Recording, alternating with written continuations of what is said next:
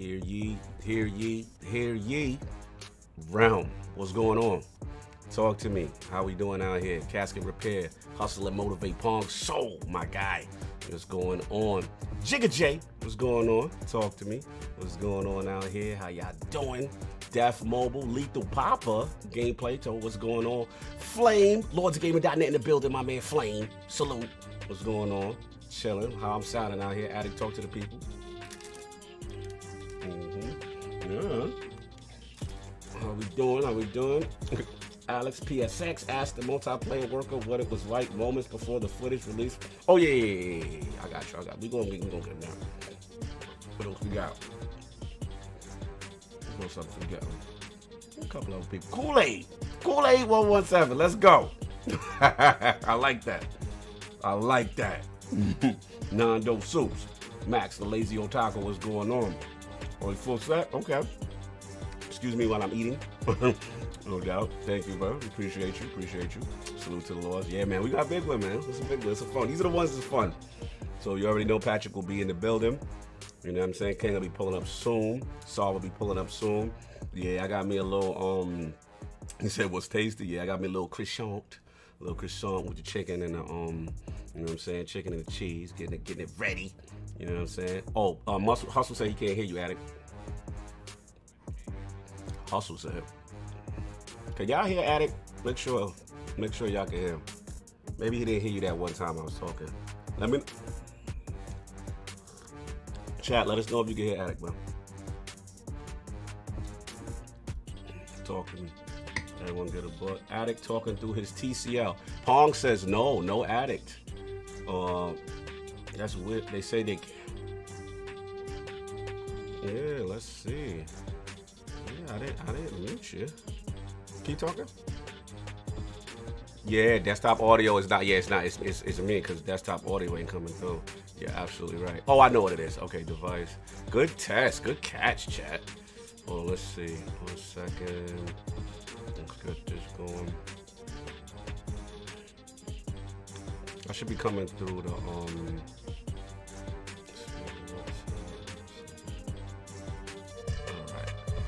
Talk to the people, Addict. Attempt number 2. Number 2. Yeah. I think I see you coming through now. Levels coming through. What about now, y'all? Because she's coming up on my side. You know what I'm saying? All right. What about? Keep talking, Addict. Keep talking, because I can hear him. I can see you. You can hear you on the joint. Yeah. There you go. Good catch, man. Almost messed the show up. That's why mic checks are important. Thank you. Good catch right there. Jigga J, thank you. So oh Nam, what's going on, brother? Thank you for support. I'll be seeing you in the chats. So look, we're gonna get Patrick up in here. You know what I'm saying? King will be rolling through. And we're gonna have some fun. We got that Halo, the multiplayer, you know what I'm saying? So we hype, man. So we will see y'all in a bit. Be right back. Testing.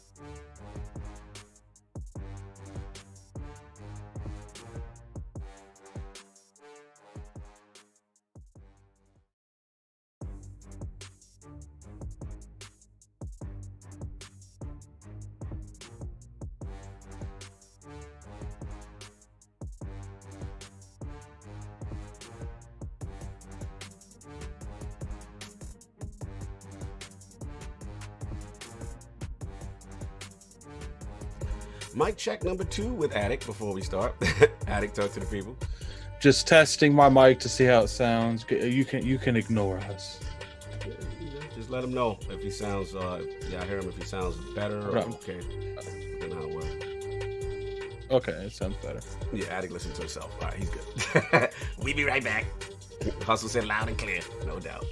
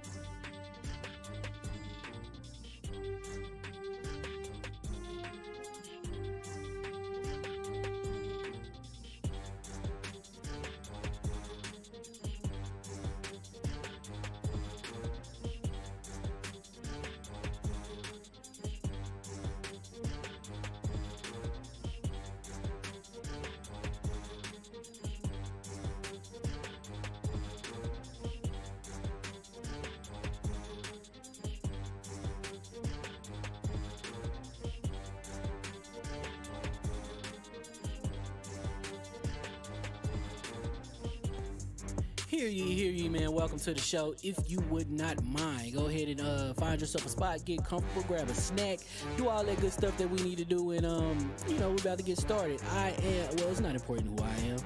What's important is that you are pulling up to the Iron Lords podcast right now as we speak, and I guess I'm here to keep you entertained until it's time to get this show started. So look. Y'all done messed up and turned me to an animal. And haters be swearing they real, but come to find out that they really mechanical. And yeah, I be eating these rappers, but that's all a part of me being a cannibal. And they say I'm better than money because you can bank on me being accountable. I know a million rappers that don't want to be on a song with me, that's understandable. I kill a beat and they want to compare me to Freddie and Jason. I'd rather be Hannibal. They be like, why use a video game? Just be original, y'all too dramatical. I know it's random, but I am addicted to flipping the sample and making it flammable. This is that yoga, fire, flame. They think it's arson up in the apartment, they call it department and I get the blame. Still I be running, collecting them rains. You just a target when I'm in the range. I was the hardest to start regardless back when you was messaging people on AIM. Check my vocals, all on Twitter, but I'm anti-social. Love my city, but I'm still bi-coastal. No, let's switch that up. What is you doing? What I want to do. Don't stop. Nah, that was dope. I'm just Keep that going. Keep that going. Nah, go ahead. Look, I guess you could say that I'm very spoiled. For them to be your dogs, they ain't very loyal. But I ain't gonna hold you, I ain't here to boil you. You ain't gotta say it, I'm embarrassed for you. Always been a nerd, never been a loser. Making Voltron with a gang of cougars. And I'm going places, better tell a Uber. Cause it's pretty hard to sleep on Freddy Krueger. Let's do that again.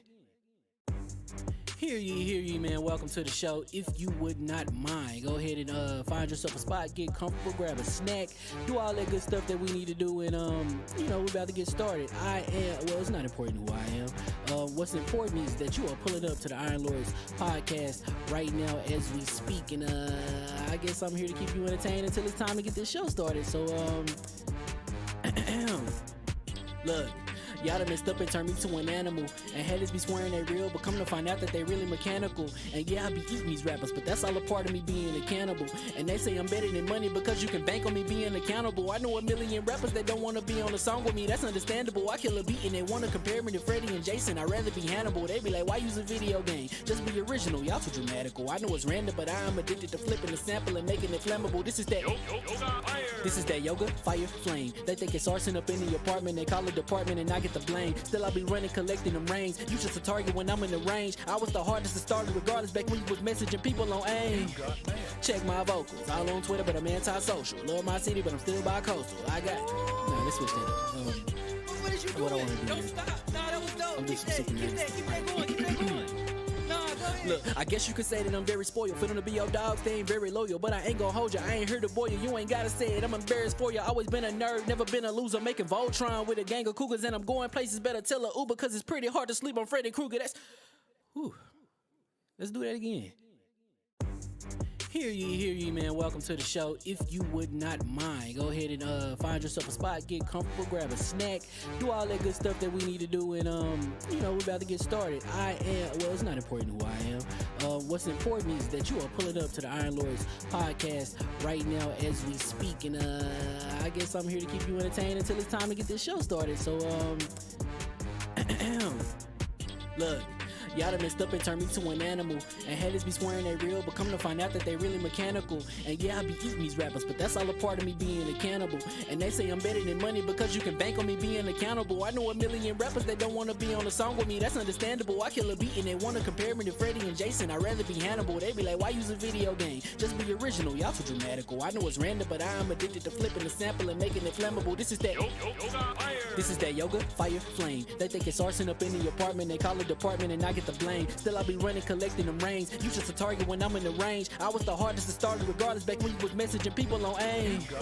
Check my vocals. All on Twitter, but I'm anti-social. Love my city, but I'm still bi-coastal. Let's switch that up. What is you doing? What I wanna do Don't is- stop. Nah, that was dope. I'm Keep just that, super keep that, keep that going, keep that going. Nah, go ahead. Look, I guess you could say that I'm very spoiled. For them to be your dogs, they ain't very loyal. But I ain't gonna hold you, I ain't here to boil you. You ain't gotta say it, I'm embarrassed for you. Always been a nerd, never been a loser. Making Voltron with a gang of cougars. And I'm going places, better tell a Uber. Cause it's pretty hard to sleep on Freddy Krueger. That's... Whew. Let's do that again. Hear ye, man. Welcome to the show. If you would not mind, go ahead and find yourself a spot, get comfortable, grab a snack, do all that good stuff that we need to do, and we're about to get started. It's not important who I am. What's important is that you are pulling up to the Iron Lords podcast right now as we speak, and I guess I'm here to keep you entertained until it's time to get this show started. So look.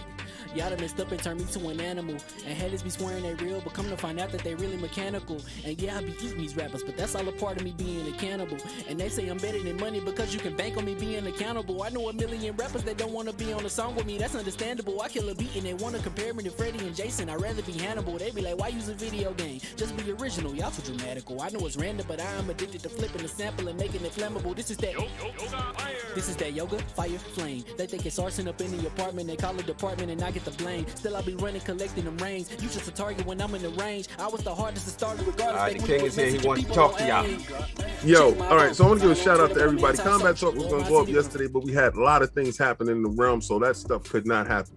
But let me tell you something. You had Lomachenko. Yeah, it was a tale of two fights. You had Lomachenko versus his comeback fight. It was short versus tall, and you had Gervonta Tank Davis versus Mario Barrios. Notice how I didn't say Lomachenko's opponent. There's a reason why. All right, so you had short versus tall lead. You had Tank Davis going up 2 weight classes to fight the champion there, and you had Lomachenko staying in his weight class fighting a nondescript. All right, so Lomachenko had an excuse for his loss, and apparently he had a shoulder injury. The reason why he lost to Lopez. Anyway. In typical fashion, Lomachenko goes out and he wins his fight by TKO. Okay. On to the real fight. Tank Davis versus Mario Barrios. Mario Barrios goes in, and Mario Barrios does exactly what a champion is supposed to do. He fights this dude down. And Tank is fighting back. Tank comes from behind, gives him a TKO in the 11th round, and it is absolutely All right, let me leave utterly, and join back in. I think I Yeah, believe no, to Pat, we actually hear you, brother. change the audio settings. utterly We hear you. Can you hear us? amazing. We hear you, brother. All right, continue. He is utterly amazing. I got to give Tank much props because he fought the bigger, taller man in his weight class. He went up 2 weight classes to fight him, and it was something to be seen. Much respect on the young Mike Tyson. He has the most powerful punches in boxing today, pound for pound. Fight You do not somebody want with to a get king. in there Wow. with him, with that young champion. So he's a champion in the 2 divisions. God bless. We're going to get to this stuff a little bit later. See y'all in a bit. I just want to give y'all the exclusive before we started. You know what I'm saying? Nick said he can always get his boxing MMA updates from King David. He don't need ESPN. Thank you. We'll see you in a bit. Lord Patrick has arrived, so we're gonna should do some mic testing and we'll get started in a minute.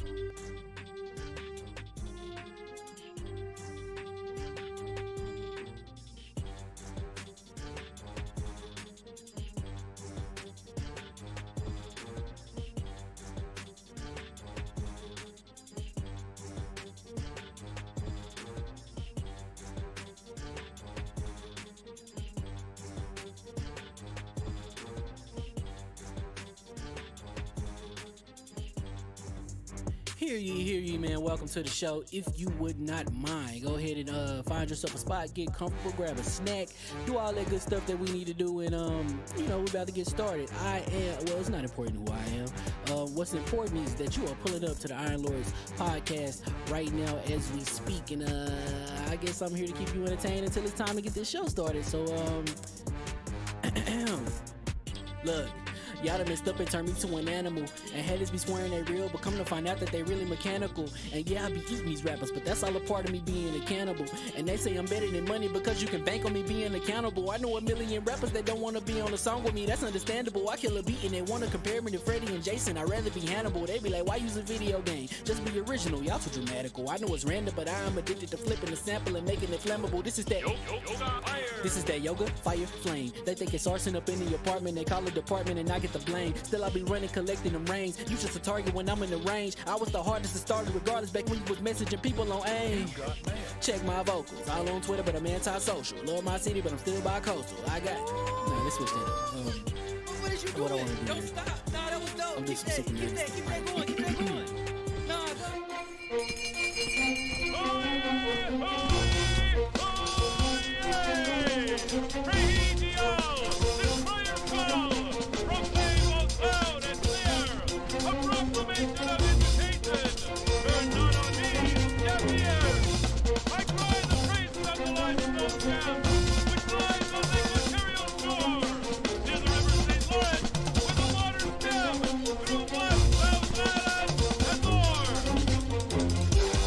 I'ma just chill and watch them and eat snacks in the attic. I wanted to chill with the pack and be like a young whoop, but then they would mistake me for addict. If I can imagine it's cool to give you some advice, then invite your girl to your squadron. Cause if you don't give her that option, you gon' be single player like Sovereign. You gon' get tossed in the bushes by King David. Royalty and not a pretender.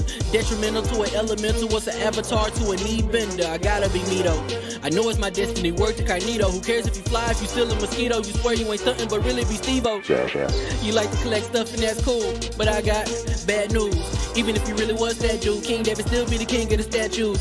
Since a juvenile, I've been cursed with a curse to be musical. And if you hate it, we'll meet in the crucible. Other than that, then it's cool and it's beautiful. We let you know that your dreams are pursuable. Whatever you wanna do, then it's doable. If you got work on a Sunday, it's suitable. Cause you can listen to this in your cubicle on the Lord's Day. Woo. If you got work on a Sunday, it's suitable. Cause you can listen to this in your cubicle on the Lord's Day.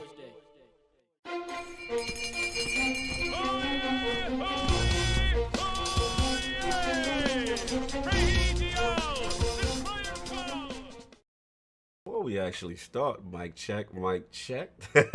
Talk to the people real quick. Yeah, we gotta see levels. That's good because we had a little issue before. We're gonna make A little bit of levels. A little bit of levels, exactly. And we are live. Welcome to the Iron Lords podcast, LLC.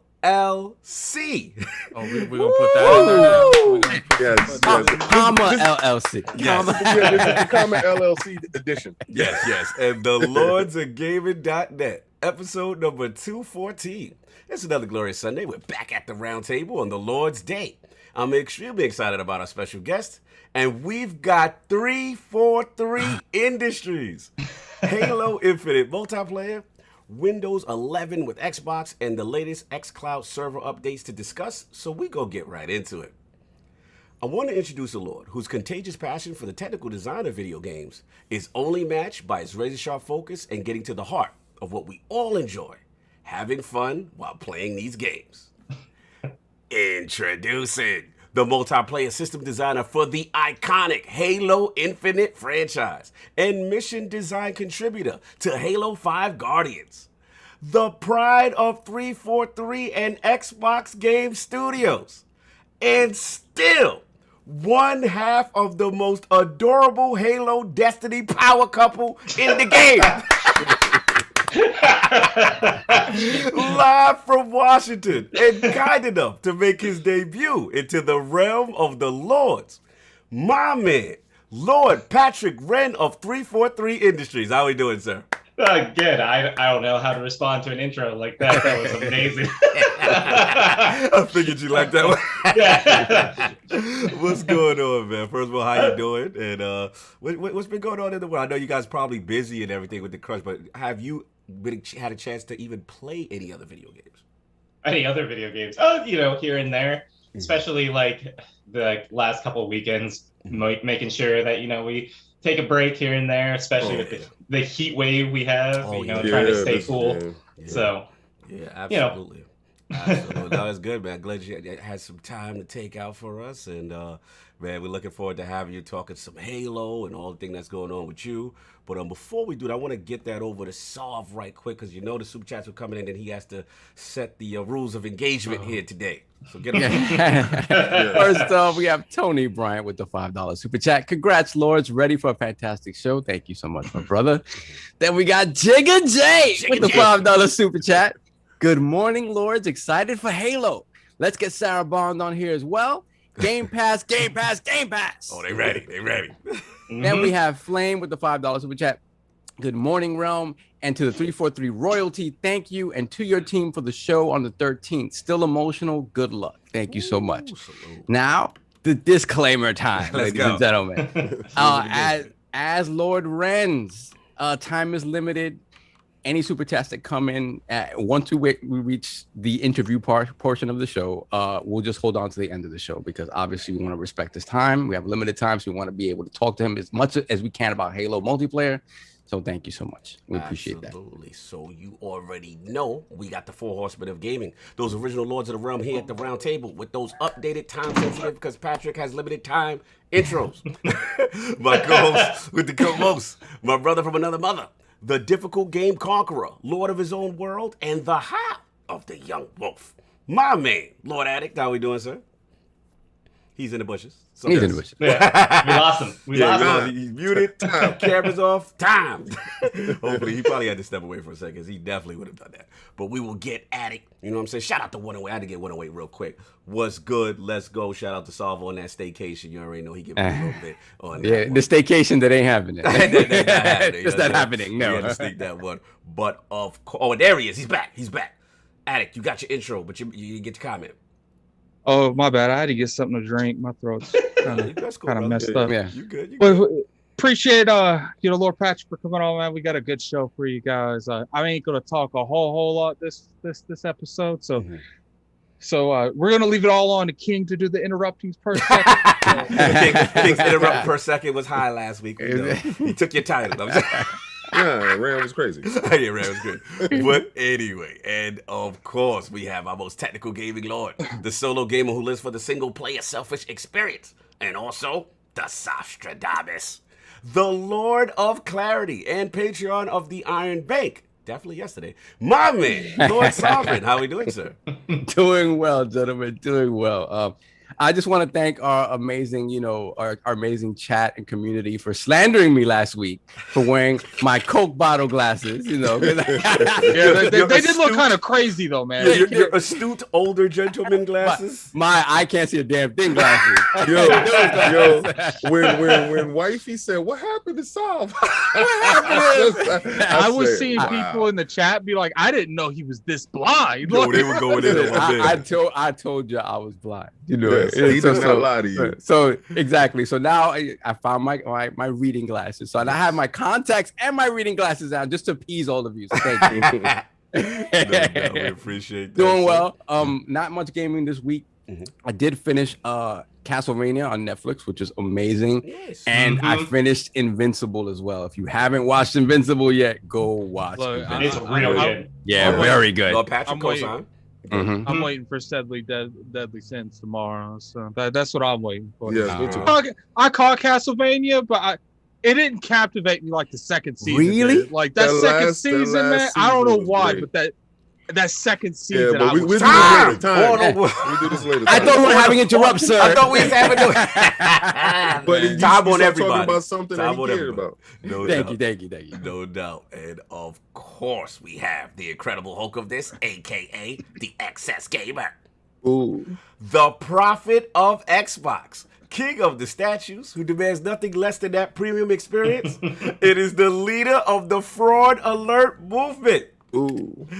Beloved Lord King. How you doing, sir? I'm doing a whole lot better today. LLC, fantastic. Y'all already know KOS is up right there. Shout out to my man that sent me that statue. We'll talk about that later. That is one of my favorite statues. What another surfer? What's going on? No, that's not another surfer. What's that over there? That's the statue that I got from one of our great developer friends that we will not say on the show right now. Yes. Yeah, but it's a beautiful statue. I love it. The reason why I'm talking so fast because time is sensitive. Yes. I've been playing Dragon's Quest. I am frustrated. But I did my raid. And shout out to the Ashen one, Ashen Luca. Welcome to the clan. Yeah, she got a chance to, hang out with the king and realize, that Button Down King is different from Button Up King. This is Button Down King here on our podcast. Correct. But we had a great time. She had a very smooth raid. We actually really play Destiny, people, and Outriders. I'm still doing carries, so if you need any help in Outriders, hit me up. I'll take you through. That's my time. I'm gonna break. Totally okay with other people. You want me to read this? Yeah. I'm gonna break. We gotta break rules. Okay. Okay. So I'm just gonna read these last two. We got M&P $5 super chat. This round table is the ultimate Xbox achievement. Unlocked. Thank you, sir. Thank you. And we have family, of course. Gaming Forte $5 super chat. So proud of you guys. First becoming official media, now at LLC. Love all the work you guys put in, and as always, hey King Boo Boo. Hey Forte. Hey King. Hey Forte. Okay, so you might as well go ahead and grab that. The absolute last one, ladies and gentlemen. Please, until later. Thank you. We appreciate it. KDK $5 super chat. I know Patrick is laughing like, yeah, right. Yeah, y'all said that already twice. KDK $5 super chat.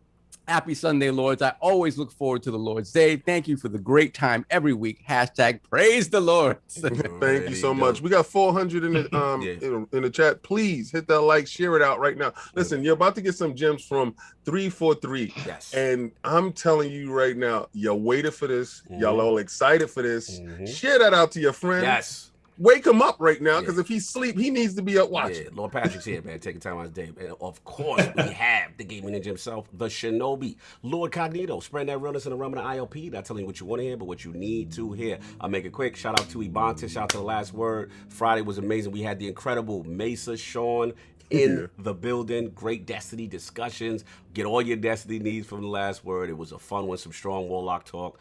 Other than that, what else?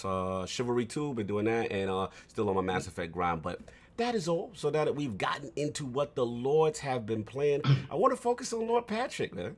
His video game system history, his tremendous games history experience, industry experience, and of course what led him to Halo, one of the most iconic franchises in gaming history, as well as the hottest multiplayer reveal that has taken the internet by storm. But first, Lord Patrick, let's start from the very beginning. What were some of the first video game systems you had, and what got you into gaming? Let's see. The very first video game system I had, I believe, was the Sega Game Gear. Wow. Yeah. First Game Gear reference. As Addict checks out. He's like, your Addict face got, he's like, here we go with this old man talk. Like when it comes to the consoles I don't know anything about and I never played, it just goes to one. I don't even hear them. I just like the face you make when you don't know what you're talking about. So the Game Gear. All right. So at that time, Nintendo was right. I don't need a play-by-play on what it was. And then I can totally Google that if I wanted to figure that out. You don't want the history? It's crazy. But anyway, so. What made you make that choice? Was it the color black lit screen? What was it? Was it the feel of it? What was it?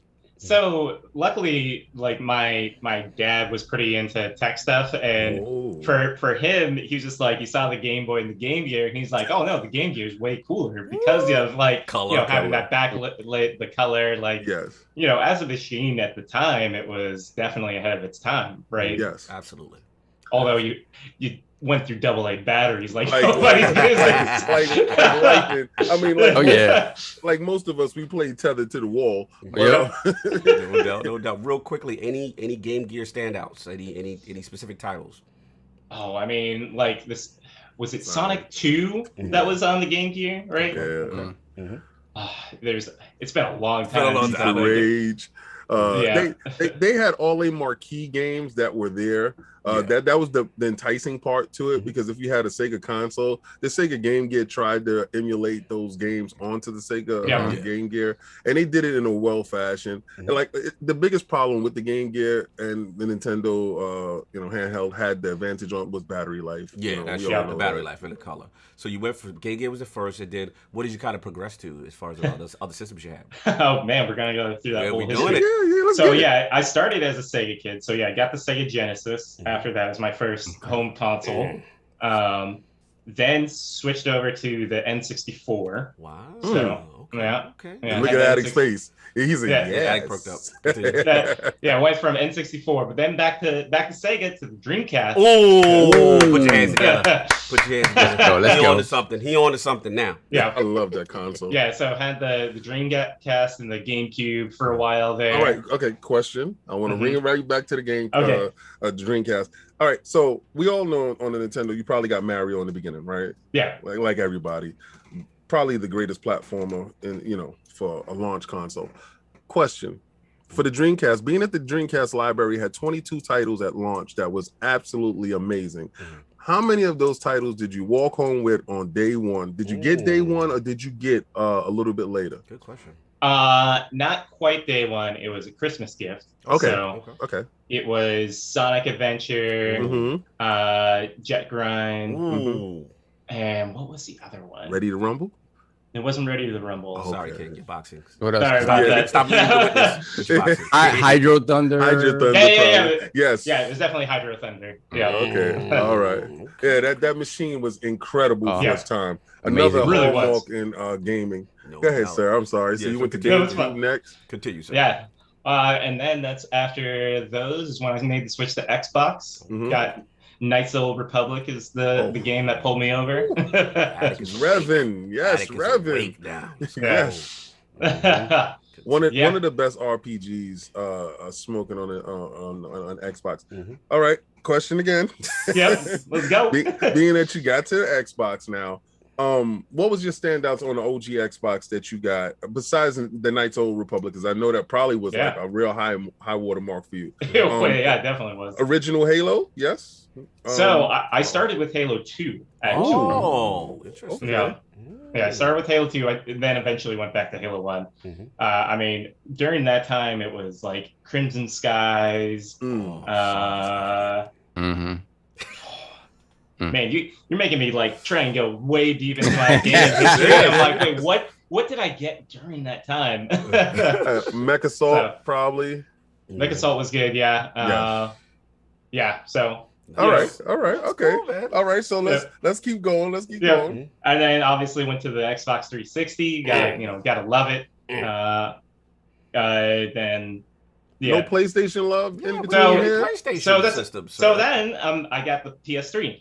Okay, all right. Let me back you up. So PlayStation 3 was your introduction to the Sony ecosystem, as far as your first owned Sony console. Correct. Yeah. Oh, did you get a chance to play at your friend's house or anything like that? Oh, okay. So I played PlayStation games. I just never had one. Gotcha. So PS3 is my introduction. Got a Metal Gear Solid 4 with that. Question: did you get the fat Foreman grill one? Foreman. Oh yeah, with only like 40 gigs of hard drive. Yes. But that one's worth like $500 now. No, it's actually worth more than that if you have the one that can play the PlayStation. It had back compat as part of it. I got the one right after the back compat one. Unfortunately. Just missed it. But still had the Foreman grill with the Spider-Man logo. Oh yeah. It was nice. It was nice. No doubt. Yeah. Man. And then from there, like I said, from there, pretty much every system on, or just Yeah. Basically, forgot I skipped the Wii. I didn't get the Wii U. Not a lot of people did either. Not a lot of people did. Then Xbox One, PS4, and Switch, and all the current gen. Yeah. Tremendous history, man. Loving to hear that OG game talk. We love to hear that. I skipped handhelds. I got all the Game Boys after that as Okay. well. Oh, okay. That Game Boy Advance was a difference, right? Yeah. Actually, though, here's a weird console. Oh, let's go. the Sega Nomad. Anyone know? Oh, let's go! Let's go. Put your hands together. Put your hands together. You're in Listen, the you right got- place, sir. You're in the right place. You got 3 people here who had that Yes. monstrosity of a machine that actually sucked Listen, more battery listen. juice Than than the the Game game. Gear. But listen, the novelty of putting the Genesis cartridge straight Yes. in Oh my god. was mind blowing for its time. I also want to shout out to my boy John Linneman from Digital Foundry, who we've had on the run before. We got to get you back on, sir. Yes. He had an amazing video series on the Nomad. And Ooh, I'm gonna have to check that out. you got to check it out. Let me ask you a question. Did you get a chance to build Devastator? Did you put the Sonic cartridge? The tower of The tower- power. the the Sega Tower of Power. Oh yes. Oh yes. He had to. I He had think to that back was then. everybody's fixation. Once they got a Nomad, how tall can it go? Look, man, we could talk these OG talks together. We gotta move forward. Yes, we gotta let's go. move forward because Who's this will next? be Yes. another hour just talking OG stuff. So I gotta briefly discuss your journey prior to 343, and you know what I'm saying, from I believe Lucas Arts, you got some history Yep. there. and Oh, even got some GameStop history, which also surprised me too. So just give us a background just on the lead up to the greatness. Yeah, I mean, yeah, GameStop was one of those things in college. It's like, you know, November holiday hire, worked there for a bit. But then, you know, I was applying to internships and luckily got an internship at LucasArts, which was mind blowing at the time. That was a dream come true moment back then. Like I was like, I got that letter. I'm like, what is happening? Like, no, this is crazy. Nice. Yeah, so I did a summer internship with them, and luckily that turned into a job, which was wild. It was an amazing experience. We were making a really cool game, not 1313. I was about to ask. Yeah, good. So we were making a shooter that I think would have appealed to a lot of people in this room. And then obviously we got shut down. Yeah. Yeah, but yeah, and then you know, I interviewed at a few places, including 343, and they were like, "Oh, hey, we have this like role on the campaign team. Do you want to come on over?" I'm like, "Of course." Nice. Yes. Nice.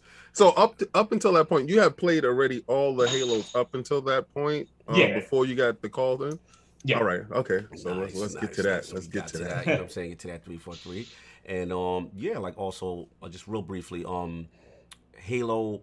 Initially, when you got there, it was Halo 5, the Yes. campaign aspect, right? So can you tell the run briefly, like what you did on Halo 5?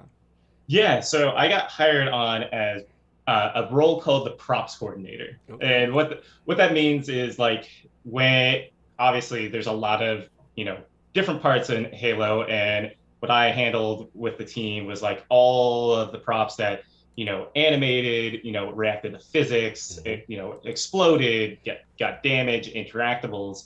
I am so grateful that that was my first job at 343 because it really allowed me to like learn so much about the engine and all the different parts that I was able to just really dive in, right? Yep, absolutely.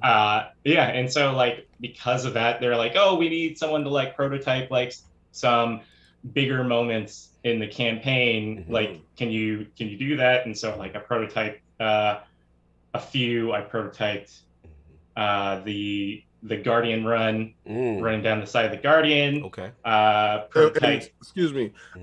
For anybody that's not well versed in the terminology of prototype, what does prototyping mean? Yeah, so prototyping is basically getting something in engine that proves an idea and answers questions. Gotcha. Because there's a lot of prototypes that obviously like do a prototype, it, you know, it works and all of that, but it answers the question of like sometimes like, yeah, this is what's right as well. Okay. So not all prototypes move forward. It's really a very quick thing to answer a question of like, okay, what are we trying to do? Like, is this like, are the goals like, you know, met, all that type of stuff. So so like we were trying to solve like, all right, what kind of big moments are we gonna have? Gotcha.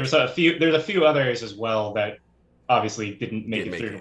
Right. Yeah, and so like that one, and like figuring out how to do like the space elevator, and so the space, because of that, like at the time, there's a lot more missions because you always go through cuts throughout, Right. throughout production. But they're like, hey, do you want to take over this space elevator mission? You obviously know what you do. I'm like, yeah, sure, let's do it. So All right. Nice. yeah. So they seen your experience, they seen exactly how good you were working, and they just started giving you more work like every other boss does. Right? Yep, exactly. So the more work as you show your talents, they send you more stuff down the pipeline, right? Yep. Okay. All right. Yeah, that's awesome, man. Would love to hear that kind of stuff and the progression, obviously being before, you know what I'm saying, Halo Infinite. A lot of people didn't realize that. Yes. And, Yeah. but as my boy Lord Saab would say, we got to get to the reason why we are here. Yes. That amazing trailer. So we gonna get that kicked out right now. A new day is upon us.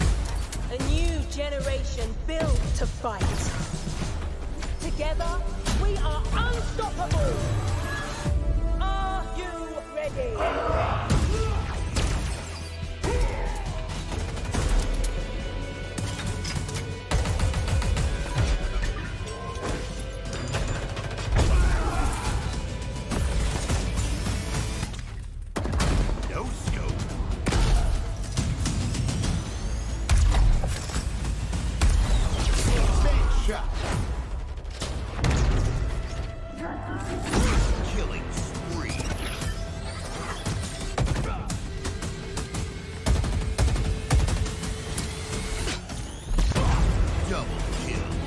Hello, let's do some damage.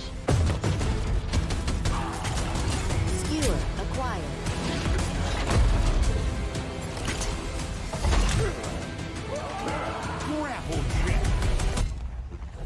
Claim the enemy flag.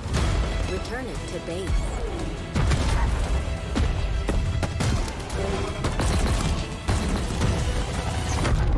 Ordnance drop inbound.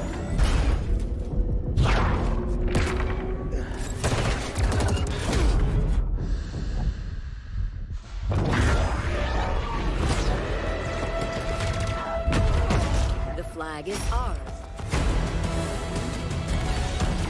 Please haul ass at your earliest convenience.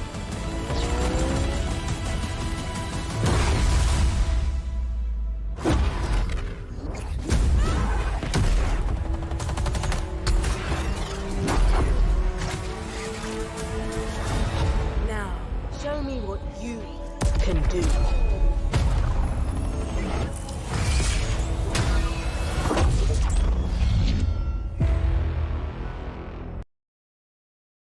Hot mic. We back. All right, we back. Still loving it. Still loving it. We just talking all through the trailer, man. But Yes, salute. yes. So Lord Patrick, after all that incredible Halo Infinite goodness that we just saw, you know what I'm saying? We actually want to do a brief Q&A with you in reference to the things shown in the Infinite Sandbox trailer, the multi-player reveal trailer shown at E3. So like, as a developer who worked on Guardians, obviously, like, Halo 5 Guardians, what do you think stands out the most between then as far as the feel of the game and Infinite, in your opinion?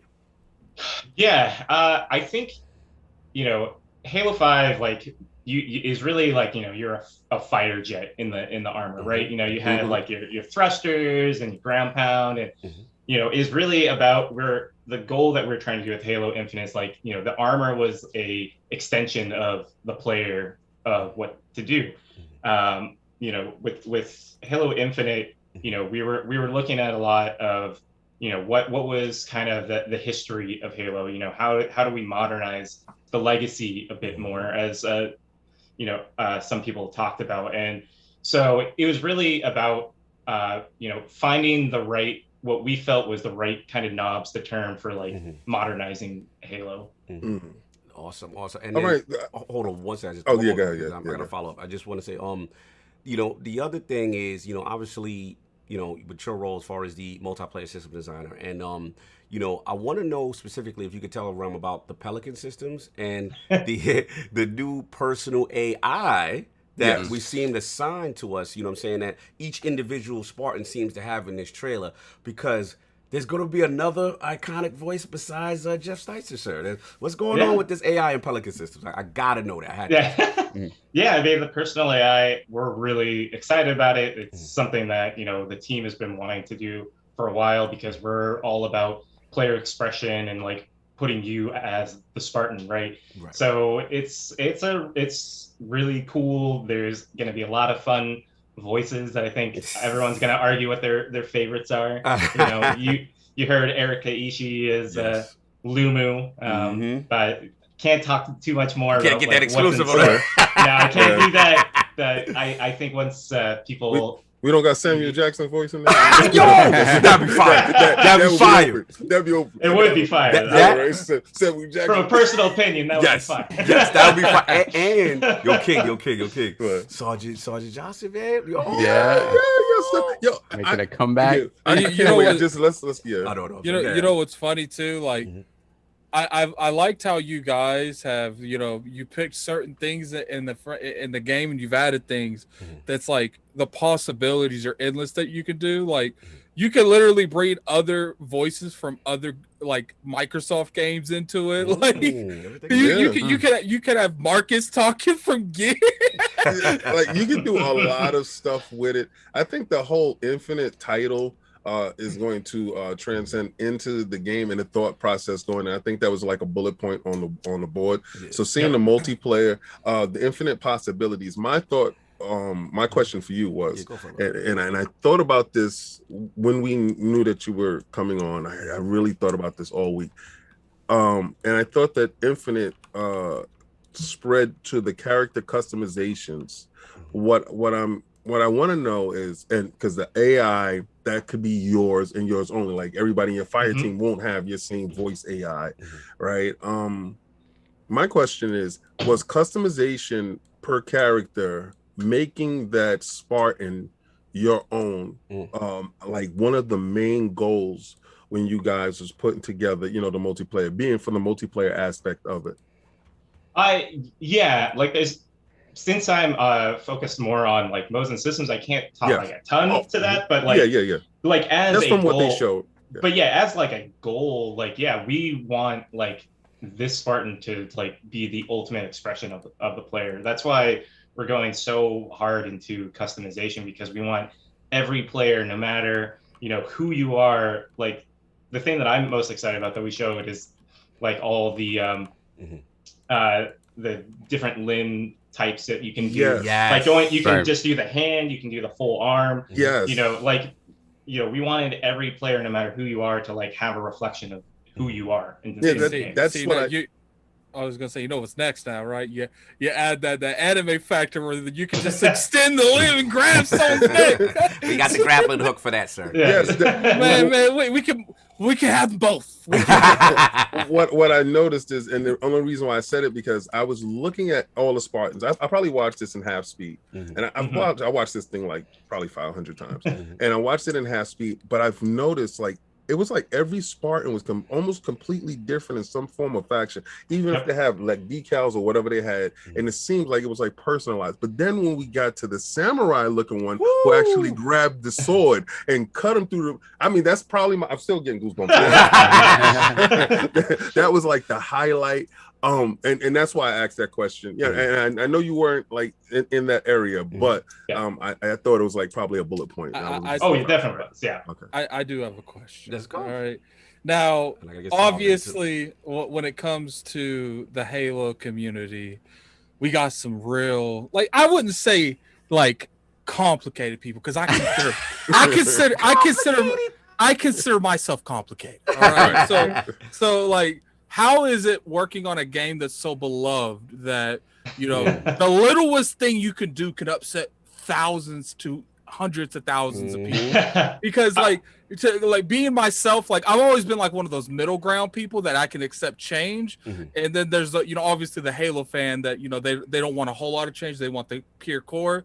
Like, how is it as a team to work around that, to have that mentality? It's like, we got to do this right because we have a fan base that will get us if we do it wrong. Great question. I mean, it's one of those things where no matter what we do, we're not going to be able to please everyone, right? So like the way that we go about it is, you know, this is a Halo game, right? This is a Halo ass Halo game. Absolute. But games have changed a lot over time. There's tons of different things. So like we look at like what we think will bring it all together to make the best Halo game possible. Right. And one of the ways that we're doing this is like through the Academy. We got 20 years of Halo, and with free to play, we want to bring new people in, right? And like it was a huge thing really early on of like how can we introduce players into this world, in this game, in a much better way than we've done in the past. And like I'm really excited about the Academy. There's a lot of awesome stuff in there. No, I mean, just to double down on what Attic is saying, and Sav, I'll get you in a minute. I just want to double down on some great points that Attic made. Obviously in reference to the community, trying to respect the community, but at the same time push it forward. Because obviously we see some things initially in the trailer, as far as like it appears, correct me if I'm wrong, like sprinting while shooting and reloading. We seen I didn't see thrust necessarily, but maybe thrust as an equipment. So you also have okay, is that correct? I didn't know. I said who knows? Yeah. Who knows? Okay, okay. I see what you're doing. So I'll talk for you. So what that, and then the other thing, obviously the grappling hook. Huge thing as far as traversal. It seemed like it appears to be earned. You can hijack with the grapple. That looks crazy. But one of the things I like from a PvP standpoint is, and I believe Destiny starts to do it, is that, if you have this equipment and you get killed, it drops for the next person. And I think that adds a whole new layer, to the dynamic of using the equipment, making sure you use it because you don't use that.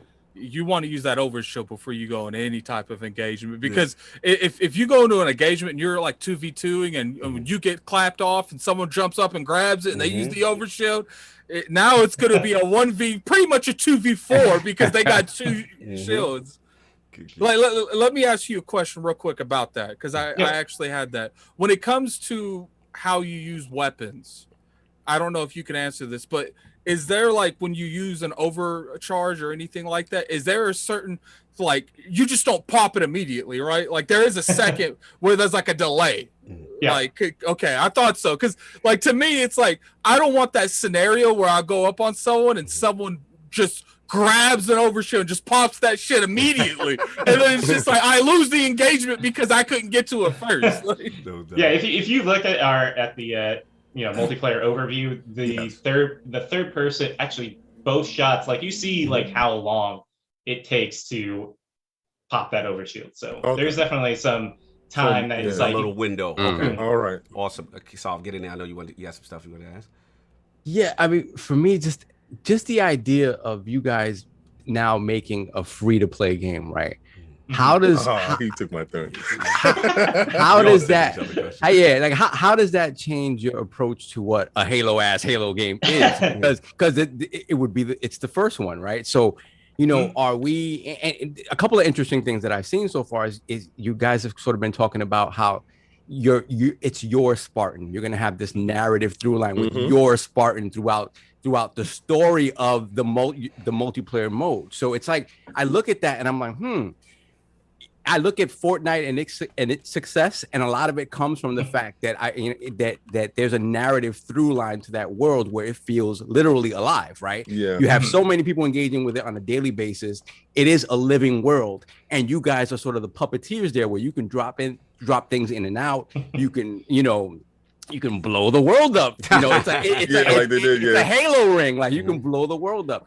Are these the types of things you guys are thinking about? No, you can't say, but when you think about how does this game last for so long, right? You want this game to be a living, infinite, quote unquote, infinite thing. Yep. Is that the type of stuff you guys look at in terms of how do we create a narrative around this multiplayer experience of Halo? I mean, we look at a lot of different things, right? Like we're all playing all types of games all the time. We're paying attention to what everything's doing. But however we do things in the future, like it's going to be what we think is best for Halo, right? We're not, we're a team that, gets inspired by things, but we want to make sure at the end of the day, it's what is an awesome Halo experience. Right. No, absolutely. So one more thing in terms of when you talk about like maintaining that idea of the 30 seconds of fun, right? Mm-hmm. And having these bigger environments. What have you guys done in terms of the environments to sort of ensure that those sort of mini engagements happen and people don't end up by themselves in a big area? Our level designers are awesome. They're like 2 of our level designers come from the Forge community. Like our lead level designer is amazing. Has been in the industry for a long time at a lot of big studios. Like they've done I think an amazing job. I think you've seen some amazing levels already from the trailer. Mm-hmm. Some reach stuff too. So some levels that seem like they have like there's multiple points of elevation and just a lot of sneaky places to be in. There's a lot of they've done a great job of how all the spaces connect with one another to give different play styles, different strengths and weaknesses. So I think people are going to be really excited when they play the levels. And right. one last one. I gotta get my questions in now. Get ready. Then I'll leave y'all alone. All right. So I know you can't say specifically, but our chat wants to know. Okay. Are there possibilities of collaborations with other? I know Attic mentioned it too. Other Xbox properties that collaboration. Leave it to Saul to ask questions. He's literally saying, "I can't comment on that." What if Lord Patrick wants to elaborate on it? Oh my gosh, man! And it's that you already kind of asked that, Addict, so don't come down on me. Infinite. No, I never came out and said, "Hey, Patrick, is there any chance there'll be collaboration?" Let Patrick answer this. I just fixed your question. That's all. Yeah, obviously I can't say one way or the other. Like the one thing, like I'll say when it comes to questions like this, like for someone from my level, it's always interesting because people are like, why can this person not, answer? Like we're a big team with a bunch of different people who handle different stuff. So even if I like answered it in a way I think is genuine, right? Yeah. There's someone else who might know way more than I do, and I might answer it incorrectly without even knowing it, even if I think I'm answering it correctly, right? So those are, like, I think, this is more of kind of a education for viewers too. It's just like, like there are certain things like I know about with stuff in our game with like different sandbox stuff or campaign and things like that, but like I don't feel like I'm the person to answer those questions because even my information might be outdated. Gotcha. Fair enough. You're perfectly fine. Saul does this every time we have someone on here. Thank you very much. I do have a question. I don't know if you can answer this because a lot of people in the chat are asking it. It just is there. I don't think. Is there a possibility of assassination showing back up? It's been like 8 super chats on this one thing. Yeah, they've been going crazy with that. I can't comment. I didn't even know assassinations was this important. Yeah, people are going crazy about that. People love that. Yeah, no, I turned that shit off because I'm just gonna get myself killed. Sunday language. But all right. So, all right. I just want to get this question. Yes, please, look, man. I tried, man. I tried. So did I. Thank you. All right. Being that I already knew none of that stuff was gonna work, all right. We all know that if wherever you engaged in Halo and you had different ideas of what it meant to you for the multiplayer. For us, from us original guys that were playing on multiple television, linked up in the house, everybody quarantined by us. So we was quarantined before it was time, right? And we did it officially every Saturday. My question is, we had iconic boards, right? And this is what I thought left after a period of time when I was playing multiplayer on Halo. Are we going to get back to those when the name pops up at the bottom, like you see Blood Gulch? Are you guys really getting iconic boards together? And is that a focal point on trying to not regurgitate the old boards, but make new boards iconic to get to other people's favorite? Do you have like a favorite when you play? Because I'm pretty sure that y'all got testers and stuff like that you're working on. Wait, what do you mean by boards? I actually don't. Oh, okay. Well, all right. So like on the battlefield, the multiplayer battlefield. So when Blood Gulch, let's say all of us is playing, right, and it'll randomize it, and we're hanging high, right. So you have a group that's really good at hang them high, get real excited, and they know they're going to get the pistol and they're going to get the shotgun because the quarters is tight, right. And if you got Blood Gulch, you know that all right. You know, Solve is going to run to his sniper spot. You already know that the cover is going to be right. So this is what I'm talking about. Like everybody will have their favorites in their house, and they will their skills will show on these boards. Are you bringing back that favorite feel for certain boards? Yeah, I think so. Right. You know, I think our sandbox team is been really focused on making sure that like every weapon and equipment and grenade has its place for each player, right? I think what people are going to see with Infinite is like, you know, every time you see a weapon on a weapon rack, depending on where you are, it's like, okay, what choice am I going to make?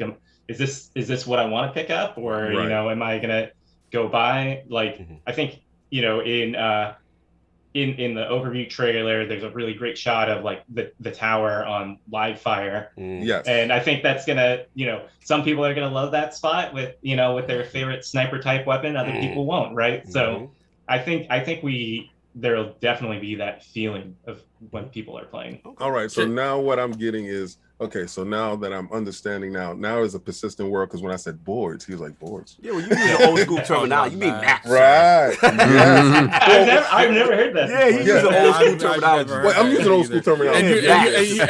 And you're definitely getting roasted in the chat. Yeah, they're killing you in the chat. They're like, we know King O, he said boards. Yeah, well, listen, they all understood what I was talking about. Except the level designers. Yeah, and that's why I asked. Like, I didn't understand or the prototyping was. Yeah, because I gotta go after you. Question: in terms of like I'm curious on like right now with because I know obviously you guys have internal testing with the PvP.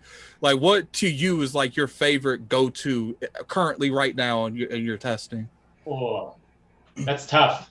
That's really tough. Because also like it depends on if it's BTB or Arena, right? Okay. The returning BTB. Yeah, the returning BTB.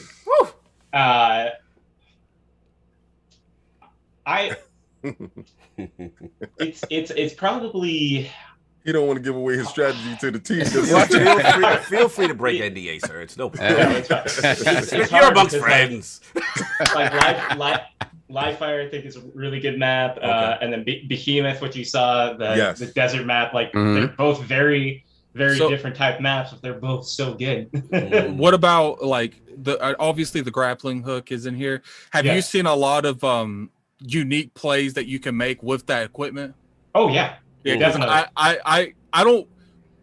Obviously, I've never been good with a sniper, but when I saw in that trailer someone sniped the roof, and they grapple hooked the roof, and I saw that no scope sniper shot from halfway across the map. I was done with life. No. Yeah, listen. You guys got so much going on, you know, between the physics base, you know, throwing the grenade, seeing the what you call the blade come to you, you know, obviously the grapple hook, you know, with the traversal and stuff like that, you know, you got so much going on. And then to your point, you know, or to Saul's point, which is you got the free to pay model, right? So you got this huge influx now. PC also, you know what I'm saying? You got all this base and big team battle. Out of all these insane things you guys are adding, like in your opinion, like what are the things that are really like that you think players are not truly ready, or some of your favorite things to experience that people are going to go absolutely bonkers when they actually play this game? Oh man, ricochet shot. Oh yeah, that bank shot. You know, there's some fun weapons. I think like the fact that free to play is like gonna just open the floodgates that we talked about. Like I can't wait for everyone just to be playing Halo on that day one, right? And just jumping into an arena match and being like, oh, this is modern Halo. Like this is modern Halo. Like, and I think when players start like playing with the equipment, some stuff it'll be pretty straightforward, and then other stuff they'll be like, okay, this is neat, and then they'll see someone do something with an equipment they've never seen before, and they'll be like, whoa, what I could do that. You know what's funny? Nice. I was like last week's age when I found out in the original Halos that you can come like with a power lift, you can power lift a bubble in the air. Never knew that till last week. Like, bro, you know what drove me crazy? Just seeing the repulsor and them, besides the reflection of bullets, that's insane. Yes. Like, when we saw that on the trailer, live ILP reaction, we like, yo, he just shot bullet. We going crazy, right? So we got that. Hey, you want to know something crazy? I didn't know you could even reflect the plasma pistol shot. That's just how that's how in depth like some of this equipment is. Like it's just integrated with all our systems. You know what it was, man? They got tired of you give them that smoke during those internal testing. It's like put it. You can reflect that. Listen, I gotta get that. That is super impressive. But another thing I'm seeing, if you look back, if you really break it down, using the repulsor, looking down on the ground, and then boosting up to get higher elevation on a board. Like, you guys are changing this sandbox into these very interesting, cool ways. And to King's point, you know, about player expression, customization, you know, I'll be honest, you know, as an old school guy, I understand the importance of red and blue, and I get it. Right. But as a newer PvP kind of guy, I like having the individual color, and I like having that individual expression. And you guys broke away and are actually doing that, including like the stances and could you like talk to me about like the decision? Because I know a lot of the hardcore Halo community, they're like red, blue, but you know, we like some of that modern stuff you guys are adding. Can you talk about that? A little bit. Like the decision to like do your own Spartan colors was really early on in the project. Like the one thing that I've heard is like, oh, it's just to sell customizations, right? But it's not actually. Like we just as a team, like, no, we want to be able to show off customization, period. Right? Obviously with free to play, there's going to be, you know, paid cosmetics and things like that, but that wasn't the driving goal. Like it was a very holistic goal of like, this is what we want, you know, Halo Infinite multiplayer to be. We want you to see your Spartan. And yeah, it has not been an easy thing because red versus blue obviously like is an iconic part of Halo as well. But like I think you know, we're, you know, in the final days polishing things up. I think people will be really excited when they are able to see all like you saw the lineup of Spartans, that lineup shot, right? Yeah, that lineup shot and all the different, beautiful. Get out of here. Yeah, I think once you start like really playing with seeing all these Spartans in game, and you're just like, oh, there's Teen Spartan right there. Like, I'm gonna shoot him in the face. So, well, if I have that overshield, you won't. But like, you know, it's gonna be like you're really gonna know like who you're going up against. Yes. You know, now. That's fine. And before I pass it, that's what I want. I got it. I know, like we talked about a lot of specific things that we know specifically you can't always answer. But I guess my question in reference to these things, you know, assassinations, all the stuff we're asking you, like, are things still fluid in the sandbox coming down to the wire, as far as decisions as whether they're going to be added or not, sandbox stuff? No, I mean we're in a phase that's polish and bug fixing. Like we're finalizing the game. You know, we're just bringing it all together, you know, to really make it as polished as possible for launch, right? You know, at some point you got to be pencils down. It's like, nope, you can't add anything else. No matter how much you want to. No more feature creep. No feature creep. Everyone's like, let's just air out. Let's cross all our T's, dot all our I's. We don't want to add a T over here. Too many T's over here. Like, and just remember, like, this is unlike previous Halos. Like, you saw a little bit of it in Halo 5. Is like, this is just the beginning, right? Yes. You know, there's gonna be, you know, we're gonna start out with season 1, you know, as we launch, and then there's gonna be more stuff to see. What I really like that you guys did is how you're approaching the season pass. Like, because I'm hoping that you put this pressure on these other companies. I'm looking at Destiny. Because I don't like the fact that, like, you know what's funny? You guys showed me something I needed. I didn't know I needed. Right. Like, I always had that mentality. If I don't finish the season pass, then I'm just out of luck. Like, I should have finished it. But then when you guys are over there, like, you guys paid for it. You should have access to it every time. I'm like, you know what? 343, you're right. Where you at, Bungie? well, I feel this, right? As a premium content dude, right? And I hope, this is a hope, and I know you're not going to answer this. I'm just putting it out there because I hope they're watching and I hope they're listening. I hope that there's a part where I could buy some exclusive gear that nobody else can have unless they have cash, right? So NFTs, you want Halo NFTs? Yeah, but I don't want it to affect gameplay. I just want it to be purely cosmetic, and I want them to know, oh, he has money. So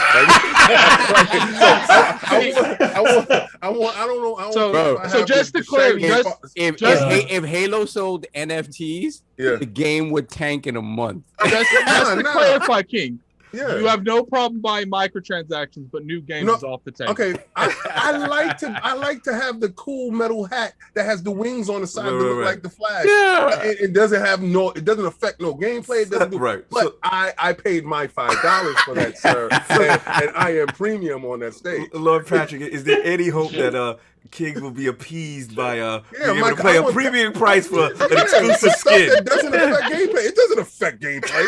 Why can't I have this? They might let you make your own, right? So out of curiosity, King, what is the ideal for you? What do you want to buy on that store? I'm curious. Okay, what is King going to walk around as on Halo Infinite? Phil Dominus Maximus Aurelius. Listen, to actually have on a Roman suit, like running around over my Spartan gear. What are you crazy? Hold on. Of course I'll do that. We gotta get Lord Patrick answer. No, hold on. I'm sorry. We got to address this. You want to roam around the world of Halo Infinite as Phil Spencer? No. In Roman gear. But you can say it's the Phil package. Okay. Right? All right. To King's point, we gotta let Patrick answer. But to King's point, I hear him with his Roman package. We got a samurai package, right? I ain't gonna lie, Addict. I would like a ninja package. So Lord Patrick, if you could send this to the higher. I don't like how that sounds. A ninja package. Look, I like an exclusive suit, but we don't want to get too crazy with microtransactions. But to your point, Patrick, what do you think about these? The things we'll talk about with cosmetics, there's two things. Like one, everything paid, it's all cosmetic, right? No matter what you're paying for, it's going to be cosmetic. We're not changing gameplay. We talked about that in the overview. Oh, so I can't buy aim assist? No. And then the exciting thing about the samurai armor, it's an event armor, right? So there's going to be it's going to be free. You're gonna have to play the event to earn it. So our customization team is really into making sure that players can still earn a lot of things in game. Okay, no doubt. I really respect that too, Patrick, because you guys are doing that season pass thing, and whatever you get from the season pass, you can't buy. And I really like that because I don't like the fact that certain things that you get in other games. 6 months later, we're gonna put that in the store. We're gonna put it $20. So then it kind of it devalues all that grind you did. I respect that part too, but you gotta also respect the player that I don't respect. I work all the time. I don't respect you coming in. I don't respect you coming to the back end and be like, yo, listen to me. Let's say you have the time to game and grind, right? And you got a chance to finish the season pass. Let's just say there's just some cosmetic stuff that we're how many hours have you putting out? But don't worry about me. No. We ain't gonna sit here and act like you time on argument. All right, and let's get. I don't have the time. I don't have the time. Let's just say there's something in the store that will always be in the store that's available to everybody. But I can look at special too. I want to look special too.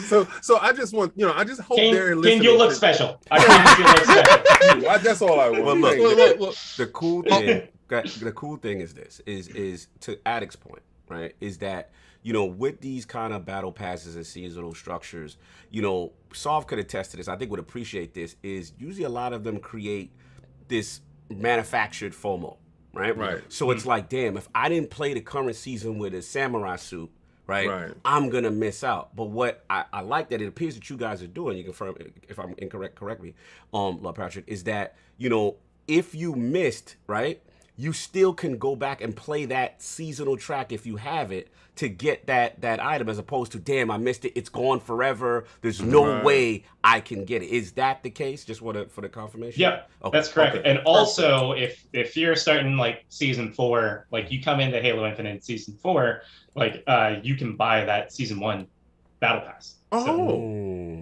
Yeah, so pretty much like what I like what they're doing in that, it's like, look, like you can have that. Remember, like all these like cosmetics that's in Destiny COG, that's like the emote. Yes. We can't get none of that stuff. Yeah, you can't, because if you miss, what I like about Halo is like, let's say that John, my friend John, my friend Big Bad John, you know, he ain't played, he probably ain't gonna play for a little bit, but when I talk him into playing Infinite, he comes in at like season 5, 6, and he's like, yo, where'd you get that? And I'm like, you gotta go buy the older ones. And he has no problem putting in the time, but no one else is giving them that. I don't think there's another. I don't think there's another game that's done that. And I love that. That's my whole aspect of it. You know, because a lot of times you see somebody do something that you didn't have access to, and you can't never get it. And you know, it kind of frustrates the player that's there.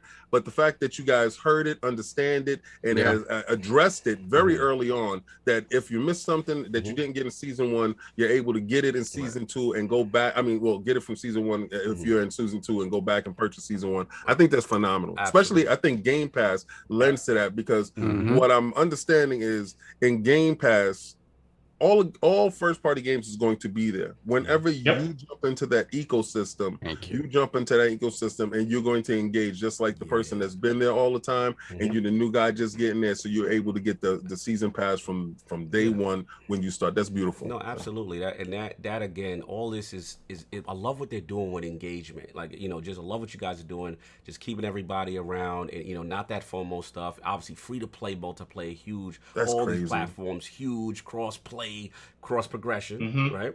And you know, quick technical question again. If you can't answer, it's fine. But the realm is beating me up if I don't even ask. Ray tracing, and FidelityFX. I'm assuming Fidelity no, but ray tracing maybe. I can't say either way. All right. Yeah. Okay. Cool. Fair enough. Yeah. Our tech team's always working on different things. So for the engine, like even still now, even though we're finishing, like, again, start of a journey, right? So they're looking at, you know, what kind of things we want to do in the future. Absolutely, no doubt. So here's another question: as 343 as a studio, right? And now I got to be honest, Lord Patrick. You know what I'm saying? We would be capping, as the kids say, if we did not be honest. You know, as far as, you know, last E3, right? And the reception. I know that wasn't your team specifically, your multiplayer as far as Infinite, but you know, obviously it was critical feedback. We saw the memes. We saw some negative, you know, reception initially. So despite the internet saying that we're not supposed to like it, for the record, the Lords watched it and enjoyed the trailer. Yeah, I loved it. We thought it looked great. We thought it was the spirit of Halo Combat Evolved. We like what I saw. But what I wanted to ask you was the feel and the culture of the studio at that time to now. You know what I'm saying? Because obviously you guys showed this multiplayer trailer and everybody's like, oh my God, like they're back. Everybody's back on. So what was the feel in the culture studio 343 at that time, maybe at the quote unquote lowest, versus now? I mean, like, even though like it wasn't my team, like like you said, like, but at the same time we're still one Halo game, right? Yes. Yeah. So like it was unfortunate, like, you know, there was a few missteps that, you know, different blogs have talked about. You know, we didn't get exactly to where we needed to, and you know, the best thing that happened was, you know, leadership was like, okay, we need to take more time. You know, like we aren't going to rush this product. We're going to make sure people get the time they need. So like, even though it was like a hard moment, like it was also, I think, a good moment for the studio of self-reflection. And I think this year, both with the campaign stuff and with our stuff, like you see like the results of that, right? Yes. Oh yeah. The reception was beautiful. It's like the comeback kid story. I mean, everyone's talking Halo again. The energy is up. I'm loving it. And I want to transition perfectly into the next question, which is, because you mentioned, you know, leadership and kind of that self-reflection moment, right? Kind of looking at it, even, again, both teams. You got 343 as a unit. Even though you're multiplayer, this campaign, that you guys are a unit. So if one team feels it, this affects the whole squad. Oh, yeah. So what I want to ask is about the legend. I call him the legend, Joseph Staten. And you know what I'm saying? As obviously I'm a huge Bungie fan, so you know, seeing him being brought back onto the project, I wanted to ask you like his impact with his experience of being brought in, and like obviously in the later stages of the project, and like you know, how excited are you as far as working with him and just with the future of Halo Infinite now that he's on board?